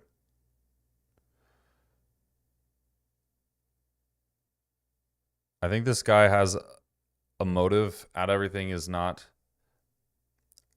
man, spelling here is wicked. Everything is not as bad as it's making it sound. Sounds like he may be anti-Trump, making it sound like Trump's political policies will be the downfall of everything. The guy on the screen sensationalizes a lot of what's happening. He's mastered the algorithm. He really has. He's good at this content. I'm older than you guys, and I remember when almost all roofers were African Americans. Those times are long gone. Our Mexicans build every house I work on in Alabama, at least. Not trying to be crazy, but I see it every day. Well, of course they do. There's a reason for that. More jobs in America, I don't see the problem. No, I agree with you. I think generally, here's the issue. Americans are going to have to learn to accept not making 6 figures a year, right? And I think every kid and their mother who goes to college wants 6 figures a year. I don't know what's happening on the ground, right? I don't know what's actually going through these people's minds. More jobs is a good thing, especially in Canada. Canada should take a note of this because holy shit, there it's really bad. But yes, Americans do need to step up and fill these positions. To rid America of dangerous individuals who are going to be sent back to their country of origin. And as it turns out, many of these folks are headed back to Mexico. Now take a look at this new video here. News Nation cameras captured buses of Mexican nationals deported back to Reynosa, Mexico. 3 new shelters are among to set to open soon in Reynosa, Matamoros, and Nuevo Laredo, Mexico. Each facility. And the shelters Mexico is building to house these people, they can hold around 2,500 people each, which is a similar capacity to the emergency shelters that were built right here in New York within the last year. And what this must mean is that Mexico is expecting a historic number of people to be repatriated. Otherwise, why would they be copying New York City by building the exact same types of shelters that we built here when the asylum... Truth is, it could have been avoided and less messier by addressing it sooner, but now this is the best case scenario. Yeah, I think I said this. It's like, it's going to be ugly no matter what. Man, this guy's Tesla's camera is probably going nuts right now. Just so you guys know, Teslas record everything that happens outside of them. I can't imagine how much shit he's getting on his Tesla. You get notifications every time someone's at your Tesla. But yeah, I think it needs to happen, truly. Like, it really, really, really does. It's disgustingly terrible how I think a lot of people who have this like vindication that are like, oh my God, it's not right, and it's so fucked up, and it's all messed up. Go to the places that these people are. Go to Chicago, go to Detroit, go to New York, go to these places and just go there. Walk around the streets and tell me it's fucked up. Tell me you don't feel uncomfortable or unsafe. Tell me seeing fentanyl zombies walking around the streets doesn't make you feel a little bit weird. It's ridiculous. Ridiculous. The jobs that need to be replaced are the extreme and dangerous ones. They're also the reason that houses aren't multi-trillions. Yeah, this is true. And so I said, like, I think Americans need to get used to not making as much or learn how to work more proficiently. You know, another problem with why I don't hire Americans is, sorry, like, so anti-America, but like, it's true, is the same job that I could hire someone from Brazil, Colombia, Thailand, the Philippines, the same job would take twice as long here. Asylum crisis first began. And the crazy thing about this is if these shelters can hold thousands of people and President Trump's deportation efforts focus on criminals and gang members, that means the vast majority of people in these new shelters in Mexico will be some of the most dangerous people you can find anywhere in America. People who may in fact have been living at New York City's notoriously dangerous Randall's Island shelter. Look at this place. It's a massive tent-like facility. Every time I went there to film, there were always police present, but now it's being shut down. And although this shelter was a verified refuge for gang members, once those gang members get apprehended, they're going to be living in another shelter just like it, only in another part of the world. First, it starts with an arrest by ICE agents. Then, immigrants are taken to be detained at more than 100 local ICE facilities. From there, they may have a chance to go before a judge and plead their case. Typically, this process has taken weeks if it's fast-tracked, or if not, it has even taken years. If a judge agrees... So that right there, that is the standard process for how deportations worked in this country up until now. President Trump is making some changes to this whole process that will allow the fast-tracking of individuals out of the country if they can't prove they've been in America for at least 2 years. I worked as a contractor. The builders are pocketing the majority of the money, and they can pay the workers way more. Yeah, I can tell you from a guy who wants to be a builder that is true. One of my desires in real estate is to get to a point where I'm building properties, like buying shitty properties, tearing them down, and then building new properties. And I can tell you the overhead that some of the guys I've been talking to make is absolutely retarded, and the workers don't get shit. Don't get shit. I went to San Francisco in 2014 and walked through the Tenderloin district by myself. Scary. Yeah. Yeah, dude. Everything like in California, it's just scary. 2 years. When did live streams start having ads? Geez, it actually happened not too long ago. Sorry about that, guys. I genuinely can't. I've heard a lot of feedback about that. I genuinely can only make them less frequent, but I can't turn them off, which really sucks.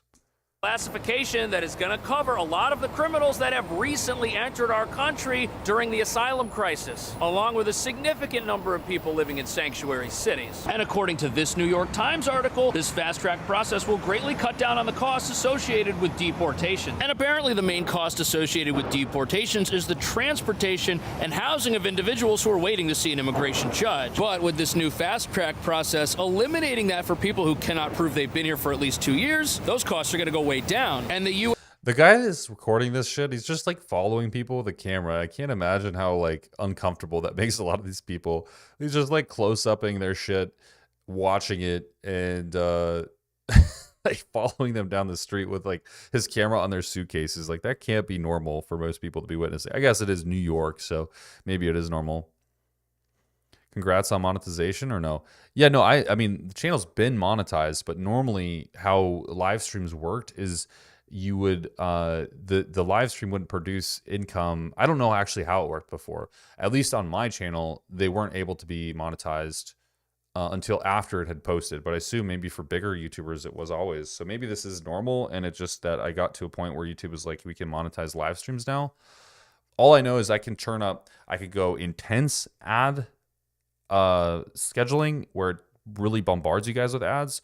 I can go medium or I could go low, and I always go low. So I don't even know what that equates to. They don't tell you. It just, I click it.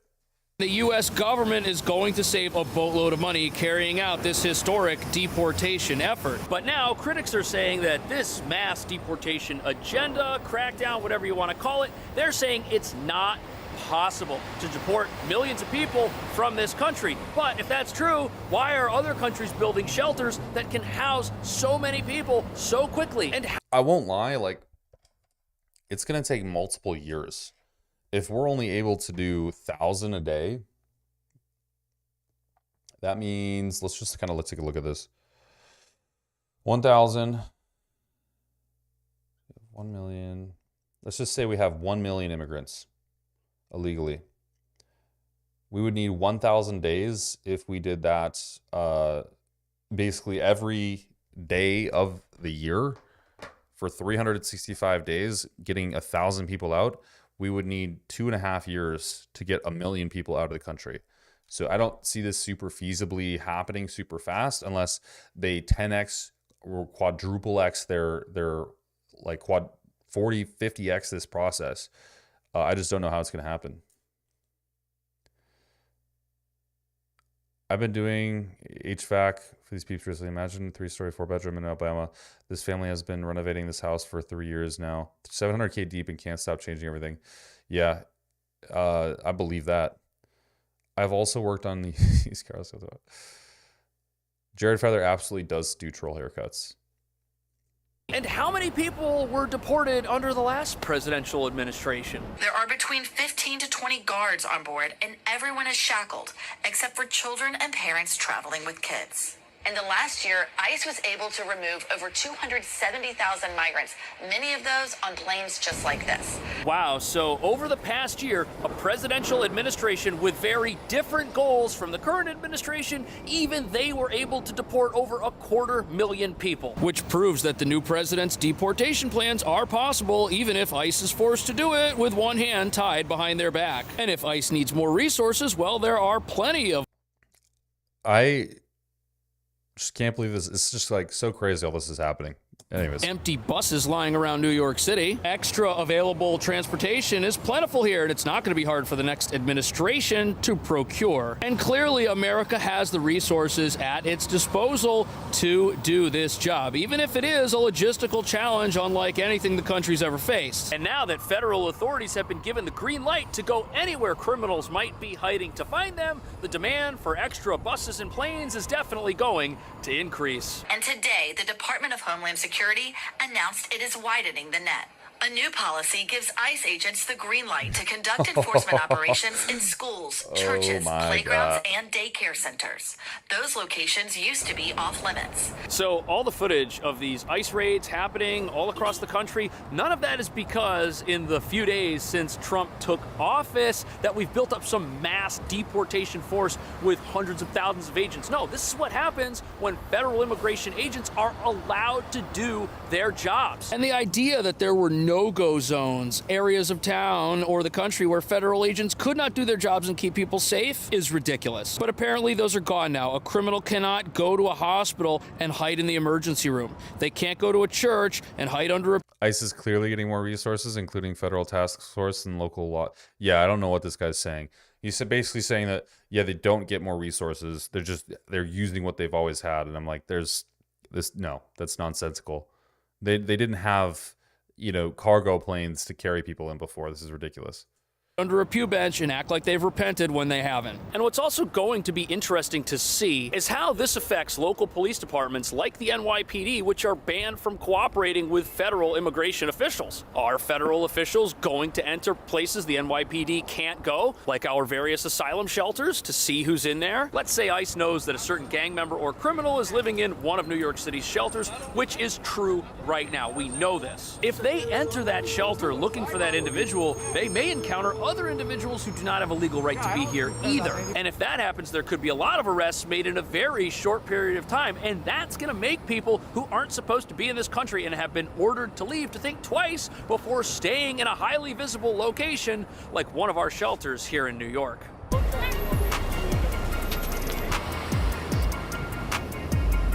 Keep in mind those cell phones are track and trace devices, so now they know why they gave them all these phones. They know where they all are. Gotcha. Yeah. Funny enough, Border Patrol, when you're in the military, there was a point in time where the National Guard was deployed to the border, and they were basically everybody that came across, they would get a phone, they would get a free phone and a free check, and they'd basically be told to go crazy. So they all got phones for free. ICE immediately picked some folks up on the highway on 280, and oh wow, as soon as Trump came in, from what I heard. Mass deportations would reduce economic growth, shrink the labor force, and cost U.S.-born workers their jobs, raise costs of nearly all Americans, and risk igniting inflation. Mass deportation harm industries that rely on immigrant labor, leading to job losses for American citizens that work complementary jobs. I mean, that's you could make that statement, but it's hard to say that that would actually play out, because things always shift around. Like, we always have this concern about job loss and economic shifts, and then it seems to stabilize around a general curve of inflation. I think that more than likely what's going to happen is there will be a deficit of employees, a very high cost of getting these people out of the country. But then, as most investments do, you see an ROI years into the future. And it's not something that we're doing to play the short game. It's much more the long game. So what's going to be really interesting to me isn't necessarily, because again, in all reality, guys, I don't give a fuck about these people. I'm never going to meet one of them. I'm never going to have my life affected by one of them. If you're around me and I know you and I care about you, like, I care about you, but this isn't affecting me in any kind of way. What I care about is if my life becomes easier, my money goes further, that's great.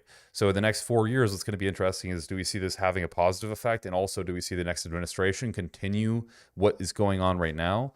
Then we'll know what's going to happen.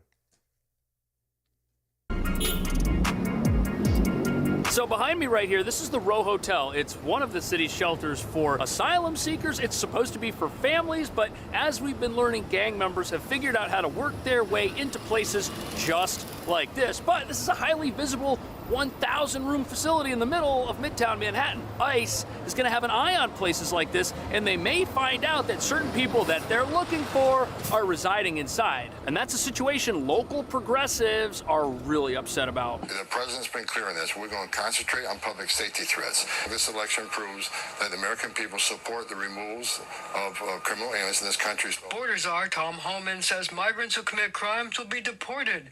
But Mayor Adams wants New York City's thriving immigrant community to know that... So the effect of New York trying to remain a sanctuary city in the face of all of these immigration changes and this mass crackdown is going to be that more people get deported from New York, not less. And that's because the NYPD are not going to be around to help when ICE needs to go looking for somebody. They're going to tell ICE to do it on their own time. But what that means is if ICE enters a facility like this or comes here, they're going to encounter people who aren't on their list. In fact, they'll probably encounter people here who are otherwise law-abiding, except for the fact that they don't have the legal right to be here anymore and have been ordered to leave. And the border czars made it pretty clear that anybody they find who's here in an unlawful capacity will be arrested. It's just that he's not specifically looking for those people. He's looking for somebody else, but if he finds you and you're with that person or near them, everybody is going to be apprehended. And the fast... Rough, dude. Collateral damage is crazy. What he's doing is mass punishment. He's weaponizing the people around the illegal immigrants to basically get them to stop supporting the illegal immigrants. Where have we seen that done before, folks? Oh, shit. Fascinating thing about that is if New York City really cared about immigrants and really wanted to stop deportations, they'd cooperate with ICE and tell them where all the criminals are hiding. And look at this, the NYPD, every single day they've got some sort of vehicle out in front of this place. They know who's here. And if they were to cooperate with ICE and tell them exactly who the national security threats are and where they can be found, ICE would not have to spend as much time or send as many agents here as they will if they don't get any cooperation, greatly limiting the overall number of people they will encounter. And this idea of gang members residing in shelters is not some myth. It's happening all over town, and these gang members are a danger to people who actually have a legitimate asylum claim. Now, admittedly, the new border czar says that over the last 10 years, 9 out of 10 asylum seekers have not had their claims approved. And what this could mean is that soon after these claims make their way through immigration court, that there are many more people living in New York shelters who are no longer lawfully doing so. Only time will tell if that happens. But the real issue here is public safety in general, because just a few weeks ago, ICE agents raided a gang that was hiding out in a Bronx apartment. And if there are armed gang members living in an apartment and ICE agents enter there, things could get crazy. That could put other people at risk. That's insanely dangerous. And these are people who federal agents had to track down all on their own. That's insanely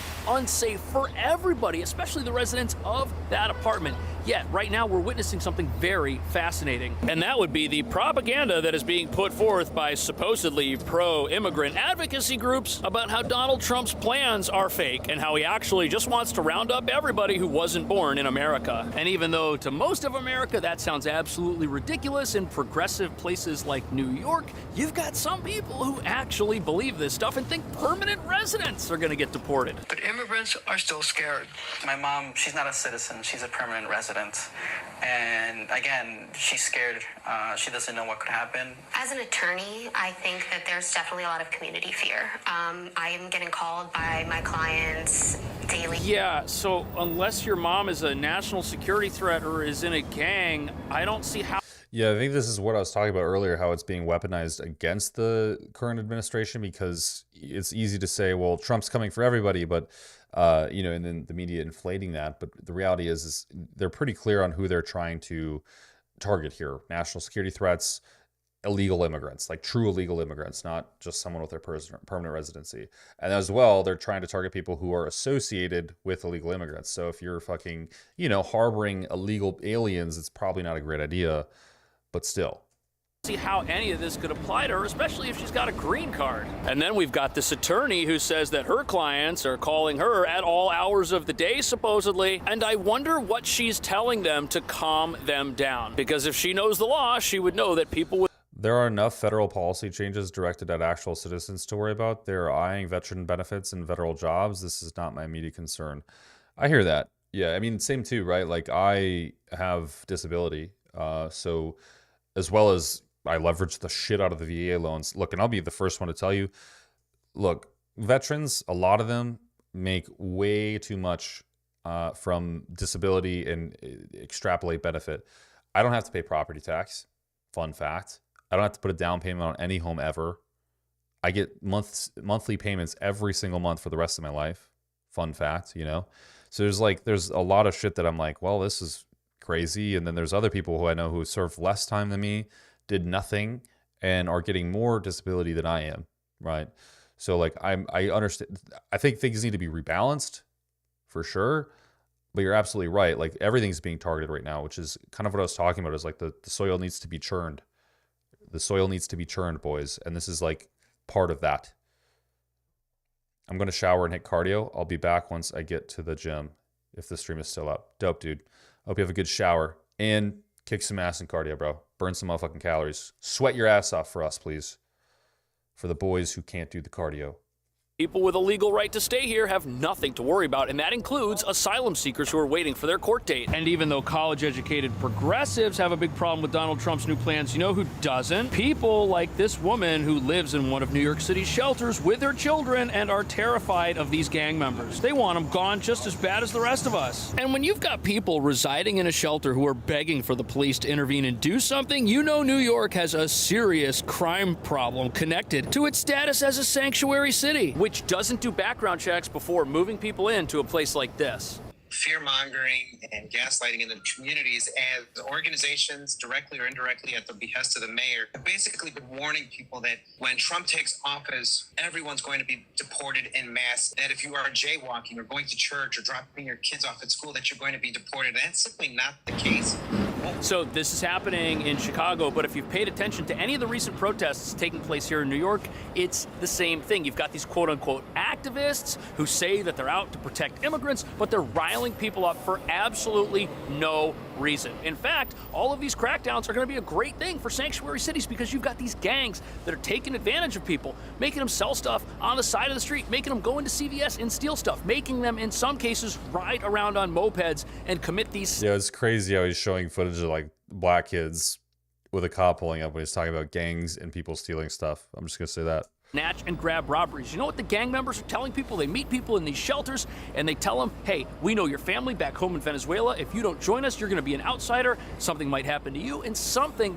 My nephew got out of the army, told everyone he gets disability. He's getting close to $2K a month. Yeah. Most people are getting $2 to $4K a month from disability.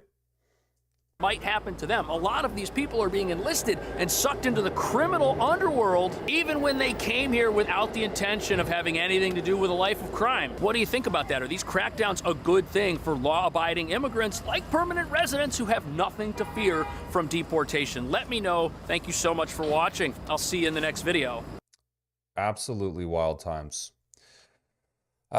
Yeah, I mean, it is what it is. You know, I think real talk, the way I look at this is it's an investment strategy for the future. It's not necessarily something that we're going to be proud of now or we're going to be loving now, but come in 5 years' time, I think there's going to be some serious positive benefit from this and a lot of historical recollection of this period of time. Whether that's good or bad, I don't know. But it's true that I think this is sort of just a long-term investment. It's just we have to wait to see what happens. And unfortunately, we won't know until the days come. Do you live in a city, Kolton? Yeah, I live in, well, not really like a big city. I live in Fort Walton Beach, Florida. So it's between two military bases, which I frequent for groceries, gyms, and stuff like that. It's kind of nice to live on a military base because you can just literally use it. So the last thing, if you guys don't recall, we reviewed your interests at the beginning of the video and what you're most likely to purchase. Video games was on the top of that list. So we're going to review how AAA games are struggling to survive. Spending is flat by Bellular News. I actually really like this guy's content. One of my favorite interests on YouTube, I have a couple interests. I love, one, media in general. So all of YouTube. I love consuming content. I think it's great because you can learn so many different things from so many different people. You can hear so many different opinions. Whoever says the internet is brain rot obviously isn't using it correctly because I can learn more than most people could in multiple years within a couple weeks. Two, I like games. I don't often have time to play them. And I really wish, it makes me so sad, honestly, that I don't. It makes me really upset a lot of days. But I will watch people playing games or watch news about games, and that's kind of my vicarious living. So video games. Three, I like looking about cars. I love cars. I'm big on cars. So I watch shit about cars all the time. And then four is kind of bodybuilding. Whenever it gets in there, it gets in there. So we're going to indulge in one of my fancies for the last video. A little bit more, maybe slightly positive. There's a lot of negative in the world right now, but I shouldn't even say that. This is relatively negative in and of itself. AAA is struggling to survive. Spending is flat by Bellular News. Okay, let's talk about the $100 elephant in the room, because the internet is wrestling with a rumor that feels rather shocking, that Grand Theft Auto 6 may launch with a $100 RRP price tag, right? That's the box. You guys hear that? $100 for a video game. Talk about inflation, boys. We're getting to the 3 digits when we're talking about digital fucking markets, bro. We're talking about a video game being $100 at launch.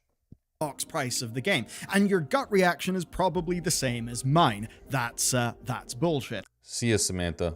that's too much. And that is fair. But this story... I mean, I do live near Orlando. I'm only like 5.5 hours away from Orlando. Story actually goes a bit deeper than just the sticker shock. Yeah, Jonathan, the bases have... That's so cheap. I don't even like talking about it because I feel like it's stealing. But yeah, like the steaks are like a couple bucks compared to like even Walmart's like $8 to $10 steaks, you know? Because we've actually been here before. Back in 2023, there were unsubstantiated rumors that had people worried about a $150 price point for GTA 6. Now, that did obviously not materialize, but this time it's based on an analyst 99 cents for my copy? Are you on Pirate Bay, brother? What's going on? sharing his TLDR of private discussions that he says are actually happening amongst people in the AAA sector. $150 was obviously absurd, but $100, well, that's not really as absurd, especially coming from Take-Two Interactive. So the anxiety that people have is not a baseless thing, and again, that is Take-Two's fault, but not just what they're known for recently, like say Grand Theft Auto 5 not having narrative DLC because it doesn't pay in comparison to shark cards, the Zynga acquisition, horrible sports game monetization, and all of that stuff. No, it's because Take-Two are the very company who led the charge on the increase from $60 to $70 as the AAA standard. But here's where it gets more complicated. You and I may be adamantly opposed to paying $100, but many people obviously are not, because deluxe edition, season passes, premium bundles, all of those things. We also all know the AAA budgets are kind of ballooning, and it's not just the big evil corpo types that are saying this. This is a pretty glib tweet that came from Larian's publishing director. Obviously, he's poking the thing with a stick, but he did tweet, "You're not supposed to say this out loud." The point is... Yeah, you really shouldn't even bring that up before launch. Like anything about $100 being the price tag for a game, it's just going to make people absolutely despise the idea of what you're doing and rage against you. But look, if we're talking reality, first of all, the monetization system is fucked because basically GTA makes its money from selling shark cards, selling fake property online, which is just a wild concept. But furthermore, because of that disastrous amount of money they're making, truly, billions of dollars, they feel like it's necessary to charge $100 for a game. It's just not a good look. I get why they would do it, though, because if you think about it, games have been $60 for some time now, and inflation's been one hell of a thing. Games were more expensive back in 2000, and they would be equivalent to what is $110 today, I believe. If that, I saw a graph, which I hope is correct, compared to what games are today, which is like $60, which is now significantly less, right?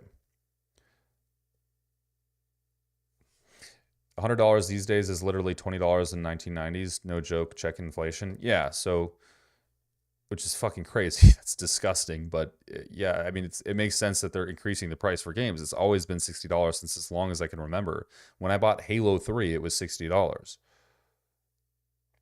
Did you see the video about the rivalry development between Nick Walker and Regan Grimes related to the New Year Pro? I think Regan is easily going to beat Nick. We'll talk about that. But yeah, I think Regan, unfortunately, won't beat Nick. I think he won't beat Nick, but that's just because he hasn't come into condition like Nick has. Nick can get shredded. Regan, I've not seen that. I thought most of the money was from microtransactions. Yeah, that's what I'm saying. Like most of their money is coming from microtransactions, and so you would think that their strategy, their entrance into the market would be make the game extremely cheap and then profit on the back end with microtransactions, because now you've given people a reason to buy them. They saved money on the front end, they're going to spend money on the back end, and likely you can have them spend more money too by buying a specific upsell on the back end. You get them into the funnel basically. But the strategy is now going to be $100 at cost. I don't understand why. Most people buy 1 to 2 games a year as it is. At $100, the industry would be cannibalizing itself, competing from the same gamers. It's true, like a gamer wouldn't be able to buy more than, a couple games a year, and that is a big problem. But I think it's capitalism, and you have to fight for the market, so it does make sense too. It does make sense as a company. And this is also relating back to what I was just talking about, how we were talking about, this new AI comparable to Black Myth Wukong. Black Myth Wukong had a budget that's like 16th of what modern AAA games have in America. to be produced. I mean, modern games in America cost, like, can you guys even conceptualize $300 to $500 million to produce a game? What are they doing with that money? Why do we need several HR types to manage a developer? Like, just develop a fucking game. And here we have Black Myth Wukong coming out the gates with the best selling game ever, and it literally cost them a fraction of what we pay for, you know, to manufacture a game. So it's like a lot of it is just bloat, just company bloat. Actually, this is kind of what they're all thinking. So let's get into the story. What kicks it off is this. It's Matthew Ball's State of Gaming 2025 report, and it suggests that some players in the industry are quietly hoping for Rockstar to break the $70 ceiling. Of course, not just for themselves, but to trigger an industry-wide price reset, basically pushing $50 up to $60. We should remind people about Fallout 76 and how much fraud Bethesda pulled with their poison helmets and trash bags. Yeah, they're a dirtbag. I mean, it's honestly a disgusting company now. It used to be super good. I don't know if you guys also were into like the Shattered Space DLC, but holy Christ, man, that you could barely call that a DLC. Like, I don't know what they were thinking, charging a full price. It's ridiculous. It is ridiculous. $49.99 was the price point for NES and SNES. Interesting. I haven't gone to those in Pensacola, Jonathan. I've only been here for a little over a month, like a month and 2 weeks, so I haven't had a ton of time to saturate the environment. 60 to 70, all the way up the chain. And this is obviously not just analyst speculation. Whenever Larian's publishing director effectively, confirmed it with a cheeky, you're not supposed to say that out loud, he was really just reiterating a point that he also made last August when he talked about rising development costs and inflation as well. But of course, he gets to say that from the position of selling people Baldur's Gate 3. That's a game with such an absurd value proposition that it still has 24-hour peaks of 75k on Steam. Okay, I bought this game because I really wanted to try it out. Everyone always talks about it. The player numbers look insane. I could not get behind it for the life of me. I literally got stuck within the first 2 hours of the game, and I can't figure my way around it. I don't know if I'm an idiot or if I just don't know what I'm doing, but I could not get behind this game at all. How much snow did we get? It was 10 inches. We got 10 fucking inches of snow. It's bullshit in Florida. What is going on with the world? Okay, all right, compared to libraries, you got me there, but in terms of modern day movies, social outings, festivals, etc., in terms of the value, games are going to give you your best bang for your buck. Yeah, and even literally even at $100, you couldn't watch, like, a game's typically its lifetime is going to be somewhere around 20 to 50 hours depending on what game it is. You couldn't watch that many movies in the movie theater for that price, to keep up that much time. I mean, go camping. Source, I'm broke. Facts, dude. If you were to pay $100 for Baldur's Gate 3, but you're still playing it a year and a half on, that's certainly more value than most AAAs are giving you. But it's not just him. This point is cropping up everywhere. As an example, Capcom's president just recently at Tokyo Game Show talked about development costs exploding, quote, 100 times higher since the Famicom days. Now, obviously, this was not him saying, games cost $50 in the Famicom. Okay, we need to charge people $5,000 for games. No, he's not saying that because games sell so many more copies now, but there is a point there that he's making, and it's rather funny considering one of the older rumors, because paying $50 for a game in 1985 is the equivalent of $145.70 in today's money, which, funnily enough, is near that original GTA rumor and is not so far away from some digital collector's editions. To take it to Grand Theft Auto then, it's going to be one of the most expensive games ever made. It will be absurdly huge. Some people will say that that justifies a price hike, that this is basically Rockstar's excuse to nudge everything up by $10 for the whole industry. But Grand Theft Auto is not your typical game. Rockstar is operating in a completely different universe. Their shark card revenue is so substantial that another analyst, Daniel Ahmad, suggests that actually they could lower the price point of GTA 6. Boom. This is what I said. Boom. You could make more money on the micros by lowering the price up front. just for the sake of building up the GTA Online player base to sell more shark cards. The point basically is they're in that rare tier along with Call of Duty where they can just spend $700 million in a game. How long were you living in Thailand for? It was like a year and some change in months. And be completely justified. We actually covered it in this video a little bit ago. Now, no one seriously thinks that Grand Theft Auto needs to be $100 a pop to be financially viable. But what we all do, I think, trust is Take-Two's desire for more money. Because obviously they want that. And the industry's desire for Take-Two to be the thin end of the wedge, for them to take the hit so everybody else can charge $80 without having a PR shitstorm. And that's a justified worry because it happened before.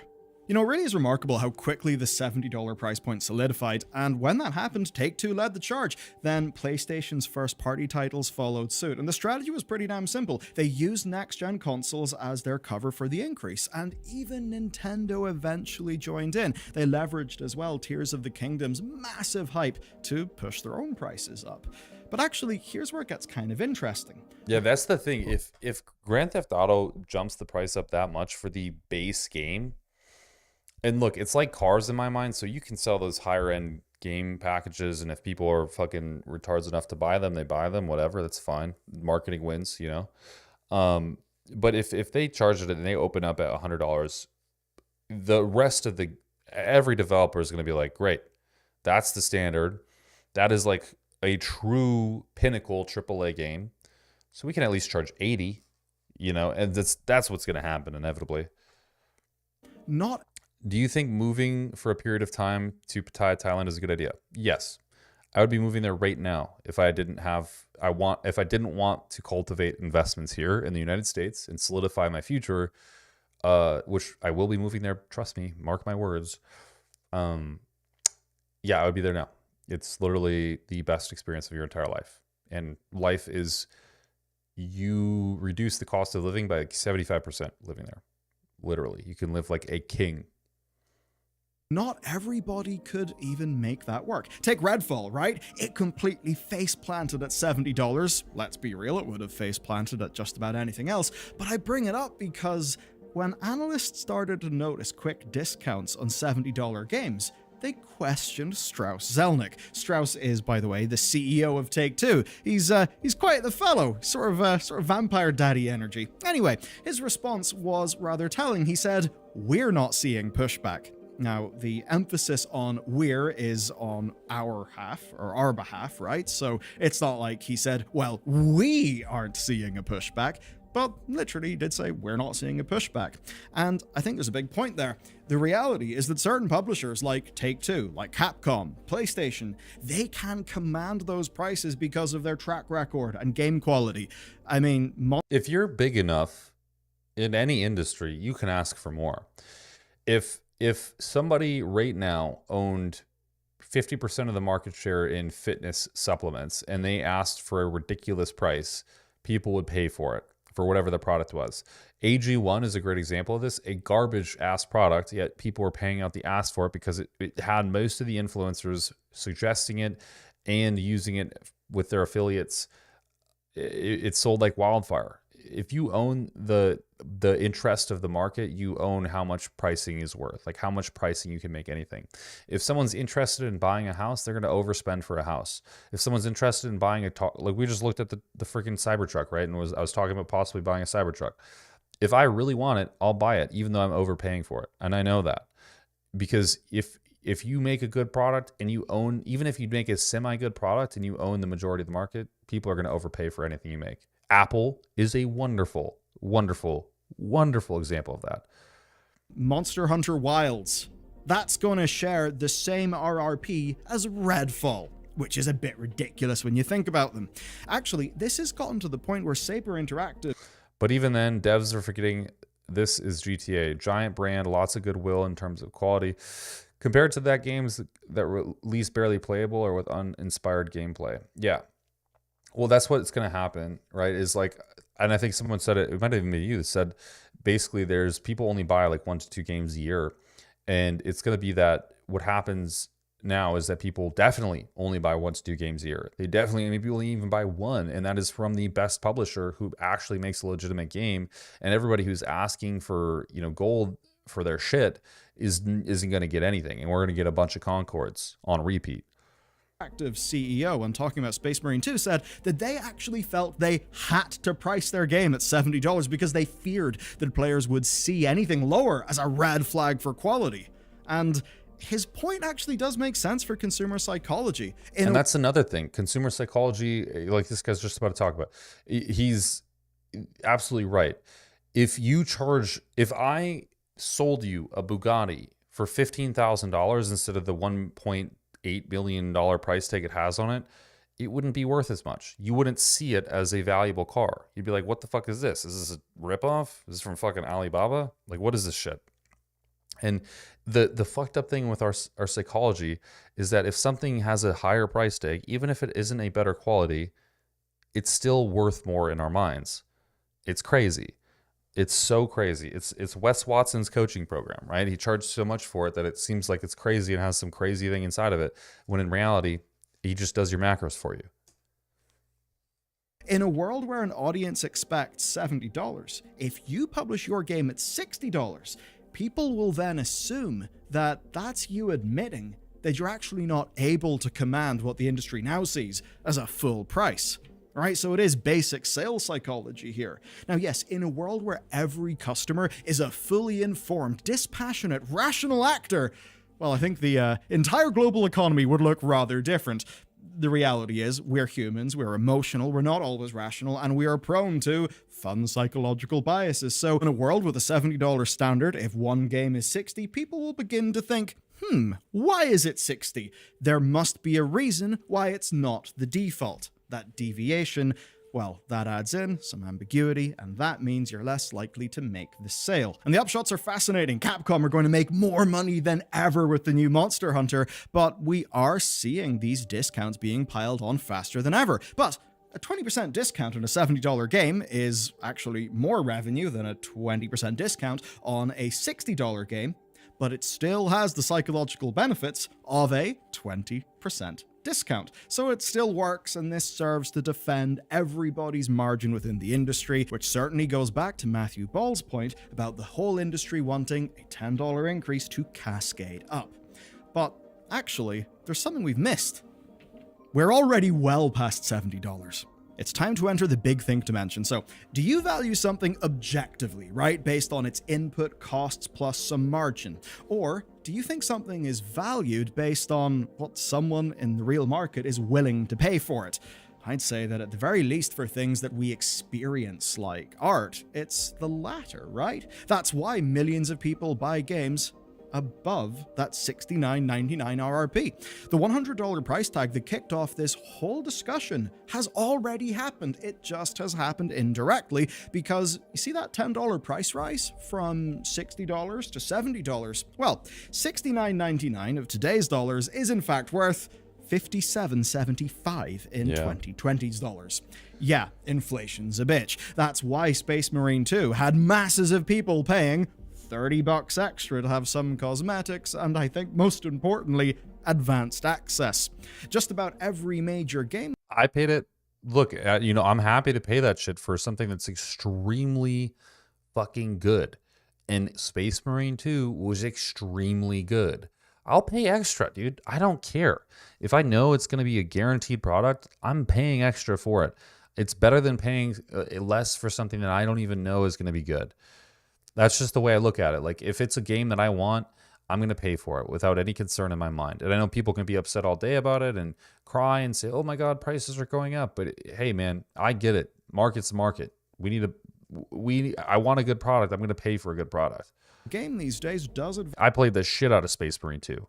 Advanced access. Obviously, it's more money, because with it, publishers have found their workaround. They know that people who buy a game on day one are price insensitive compared to the average customer, because they're the people who still buy games on day one with full knowledge that deep discounts still do happen in the industry. And that means that they are the very people who you can laser target with premium advanced access. And in a way, we know part of the reason why. Budgets are indeed exploding. Spider-Man 1 was said to cost like $100 million.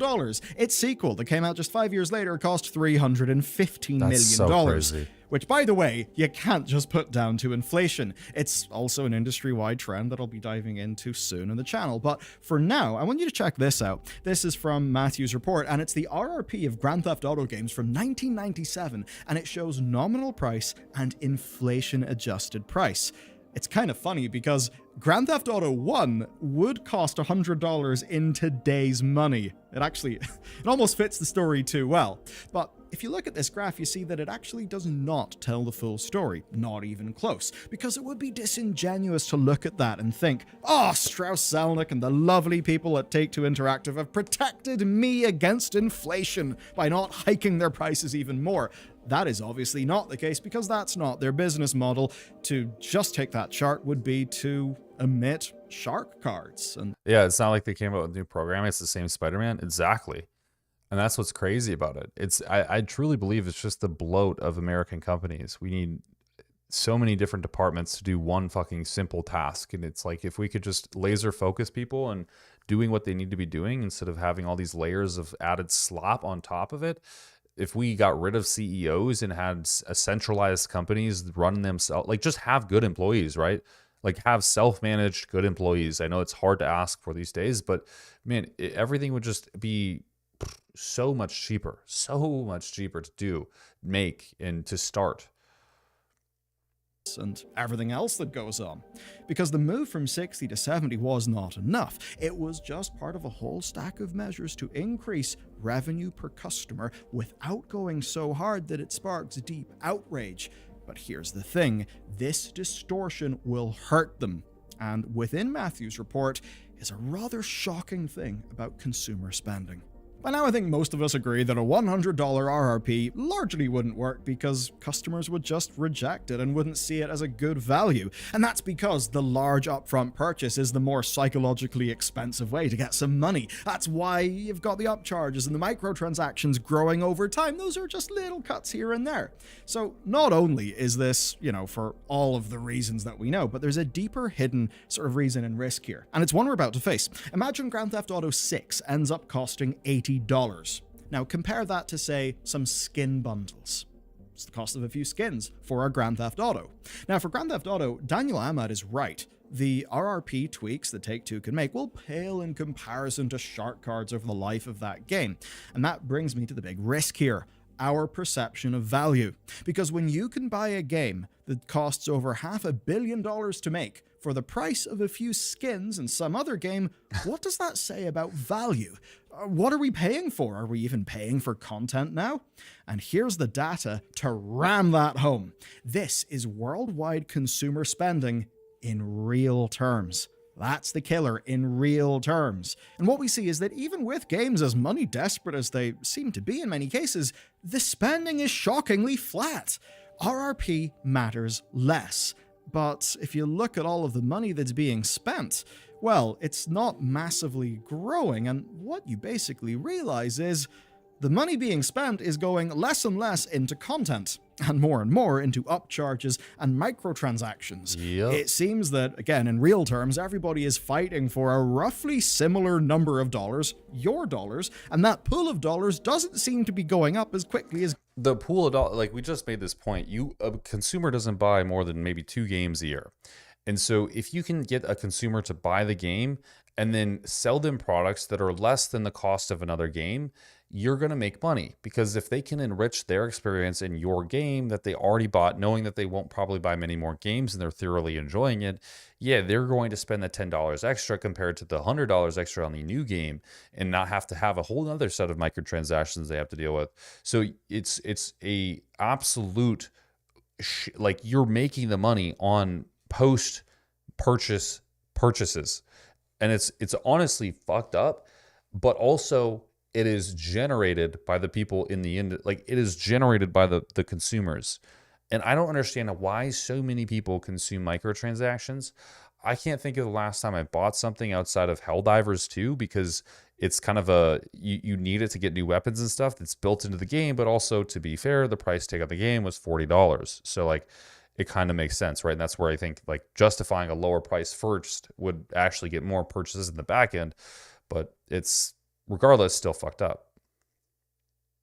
Is that Marvel game any fun? The movies all suck, so I wondered. Yeah, it's not anything like the movies. Marvel Rivals is definitely a phenomenal game.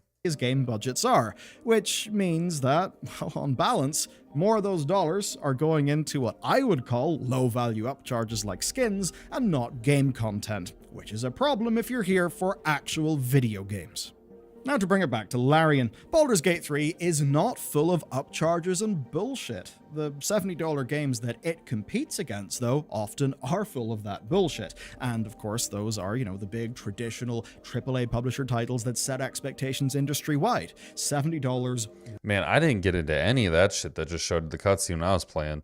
Works for them, right? Those big AAAs, because they can monetize in so many other ways with your advanced access, all of your different bundles and your currencies and all of that stuff. But if you're fighting those companies to make a AAA quality game, like say Larian would be doing, and you're targeting $70, but you're foregoing all of the other ways that those companies earn money on top of the $70, then you are at a disadvantage for not taking up those tactics, and that's bad. Even beloved games like Space Marine 2 feel the need to do the very expensive premium advanced access. And that's the real point here. The unit economics, the business models, those shape what sorts of games get made, and that matters if you care about games. As an art shirataki noodles are safe to eat, right? Yes, they are. I use them often in prep for people.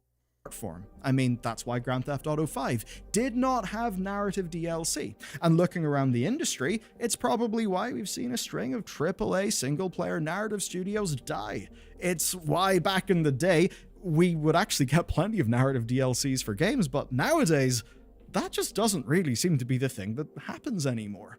What's harder, spending untold millions for the chance to sell a new creative $70 game, or just pumping out more $15 to $25 skins to sell to the people you already know you have in the game you've already made? It's also a lower price tag. So I think like the point he's missing is that the easiest thing is to sell someone something that's $10 and kind of good, like good enough to justify $10, but not something that's $70 that's could be good, but they don't even know the product. It's much easier to keep someone in your funnel and sell to them. There's actually like statistics to this. It's almost 66% more likely that if someone's in your funnel, whether it be a landing page, an email list, Instagram, or whatever, 66% more likely that you'll actually sell to that person a product. So it's general business. It's actual, this is the scale of any business. This is how business is headed in anything. It's Netflix, it's Amazon, it's fucking products anywhere, everywhere, left and right and center. It's just, there is your baseline product and then there's upsells. And then the upsells generate most of the revenue.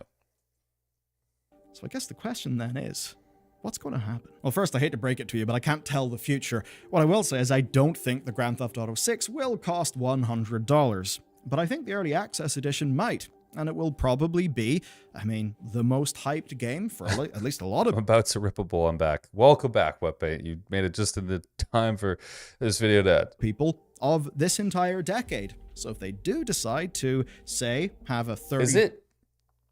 It might just be me, and I'm delusional, but these graphics don't impress me much. I feel like, especially kind of seeing like the water... move more and the cars, like the textures, it doesn't look that impressive to me. Like their faces are all really blurry, and when you see the boats driving by, the most hyped game for at least a lot of people. That just doesn't look like graphically amazing to me, but maybe I'm delusional. Of this entire decade. Like this, the water splashing, like it's just looks... Maybe I'm delusional. I don't know. So if they do decide to, say, have a $30 more expensive Advanced Access Day 1 edition, yeah, it'll cost $100 for sure. Now, if the game ended up having an $80 RRP, right, a $10 increase, that wouldn't really surprise me. Industry-wide, though, would the AAAs like $100? Would they be happy with $80? Yeah, absolutely. But here's the real point and the disingenuous thing that I see. Yes, industry-wide, the AAAs would love $100, they love $80, they love anything that goes up. And in so many cases, the prime argument will be inflation eroding the dollar, so the price has got to go up. And to a degree, yeah, there's a fair argument there. But it does miss other factors that matter. How much are we paying for their own failures of efficiency, their own cost controls, their own stupid bets on 6-year massive live service titles that cost stupid millions of dollars like Suicide Squad, just as one example. And most importantly of all, how, yes, they may say, well, gamers, back in 2008, if you spent $60 in a game, that's like $87.40 of today's dollars, so you should be paying $90 for a game today. So, do you know what that doesn't really get? I mean, number one, we could talk about... Damn, dude. I remember these graphics being peak. For a game today. The delusion of a young mind, man. I remember this being hyper-realistic. Wow. Y'all remember GTA 4, man? One of the best games ever, dude. I played this shit on repeat. So, do you know what that... Good night, Kurt. I appreciate you being here. Doesn't really get? I mean, number one, we could talk about median wages not keeping up with inflation, but we could also talk about how, you know, back in 2008, when I bought a game, by and large, I bought the whole game, and... This guy should be asking the real questions like, will GTA 6 have pegging? I bet there's a 85% chance because of Wes Watson it does. And that was kind of that. Nowadays... that same amount of money, that $69.99, it's getting you a game, but it's also getting you a gateway to a digital storefront that wants even more money. So yes, inflation has happened, but let's not pretend that that's the only thing that's going on within the games that we're being asked to buy. And look, it's fun to shot call, it's fun to analyze. The thing I care about at the end of the day, the most, is that we get good games that have got like real value as like bits of art, bits of experience, the sorts of things that leave players better than they found them, not just kind of infinite Skinner box slop games. And more, I think the unit economics of the business are not supporting that. So caring about games as a medium, I do see this as really quite a depressing risk. That being said, there's a AAA company on our radar. Yeah, to be honest, to be fair, that's the problem with chasing realism. It's only as good as when it releases. It's true. But when it releases, it's great. I used to say to myself, I'd play games and I'd be just enraptured by the game. I'd be so just everything that I would think about would be the game. The graphics, the fidelity of the game, how it played, how much fun I had, the unique experiences I created, like truly the unique experiences I created, right? Like the feeling of something novel happening because I'm playing this game, like an experience that I'm taking to heart. I just don't feel like I'm getting that from games anymore, or I feel this fear that I might never get that from games anymore. And maybe that's because of my old age, but I just simply don't feel that expression when I pick up a game and play it, like I did from Halo 3, like I did from GTA 4, like I did from Modern Warfare 3. That stuff just doesn't happen. Like it did from RuneScape even. Those experiences, those like little moments in time that feel so real and meaningful and like you keep with you.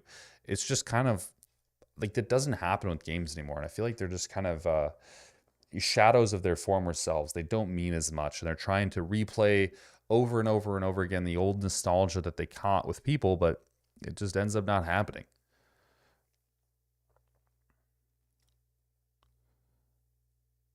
Do they use the Unreal Engine in GTA 6? I'm not sure. Going from a $60 game to a $100 game in the same generation of consoles, wild though. It is. But realistically, I think it needs to happen. Like that is the reality. When we're looking at the cost of games, I mean, just because of the situation that America's backed itself into, the cost of developing games is so high, you can't do well without having a high price tag, or at least having thousands of microtransactions. But folks, I as well need to go to bed. It's almost 10 o'clock, and I have calls in the morning. I got a business to run. I appreciate you being here, as always. It means the world. These are the funnest things to see for me, personally. I love doing lives. I love talking to you guys. I think it's the coolest shit ever. But if y'all want to, please, by all means, subscribe to the channel if you haven't already, and stick around for the next live. We're going to do one that's bodybuilding oriented on Friday. That's going to be a repeated thing every week now. And of course, there's going to be more content posted this week as well as next week, as well as every week for the likely future. So deuces, be safe, be kind to one another, embrace the suck, because there's going to be a lot of it these next couple of years, but we'll get through on top. And I'm sure those long-term investments will start to be giving us some ROAS. So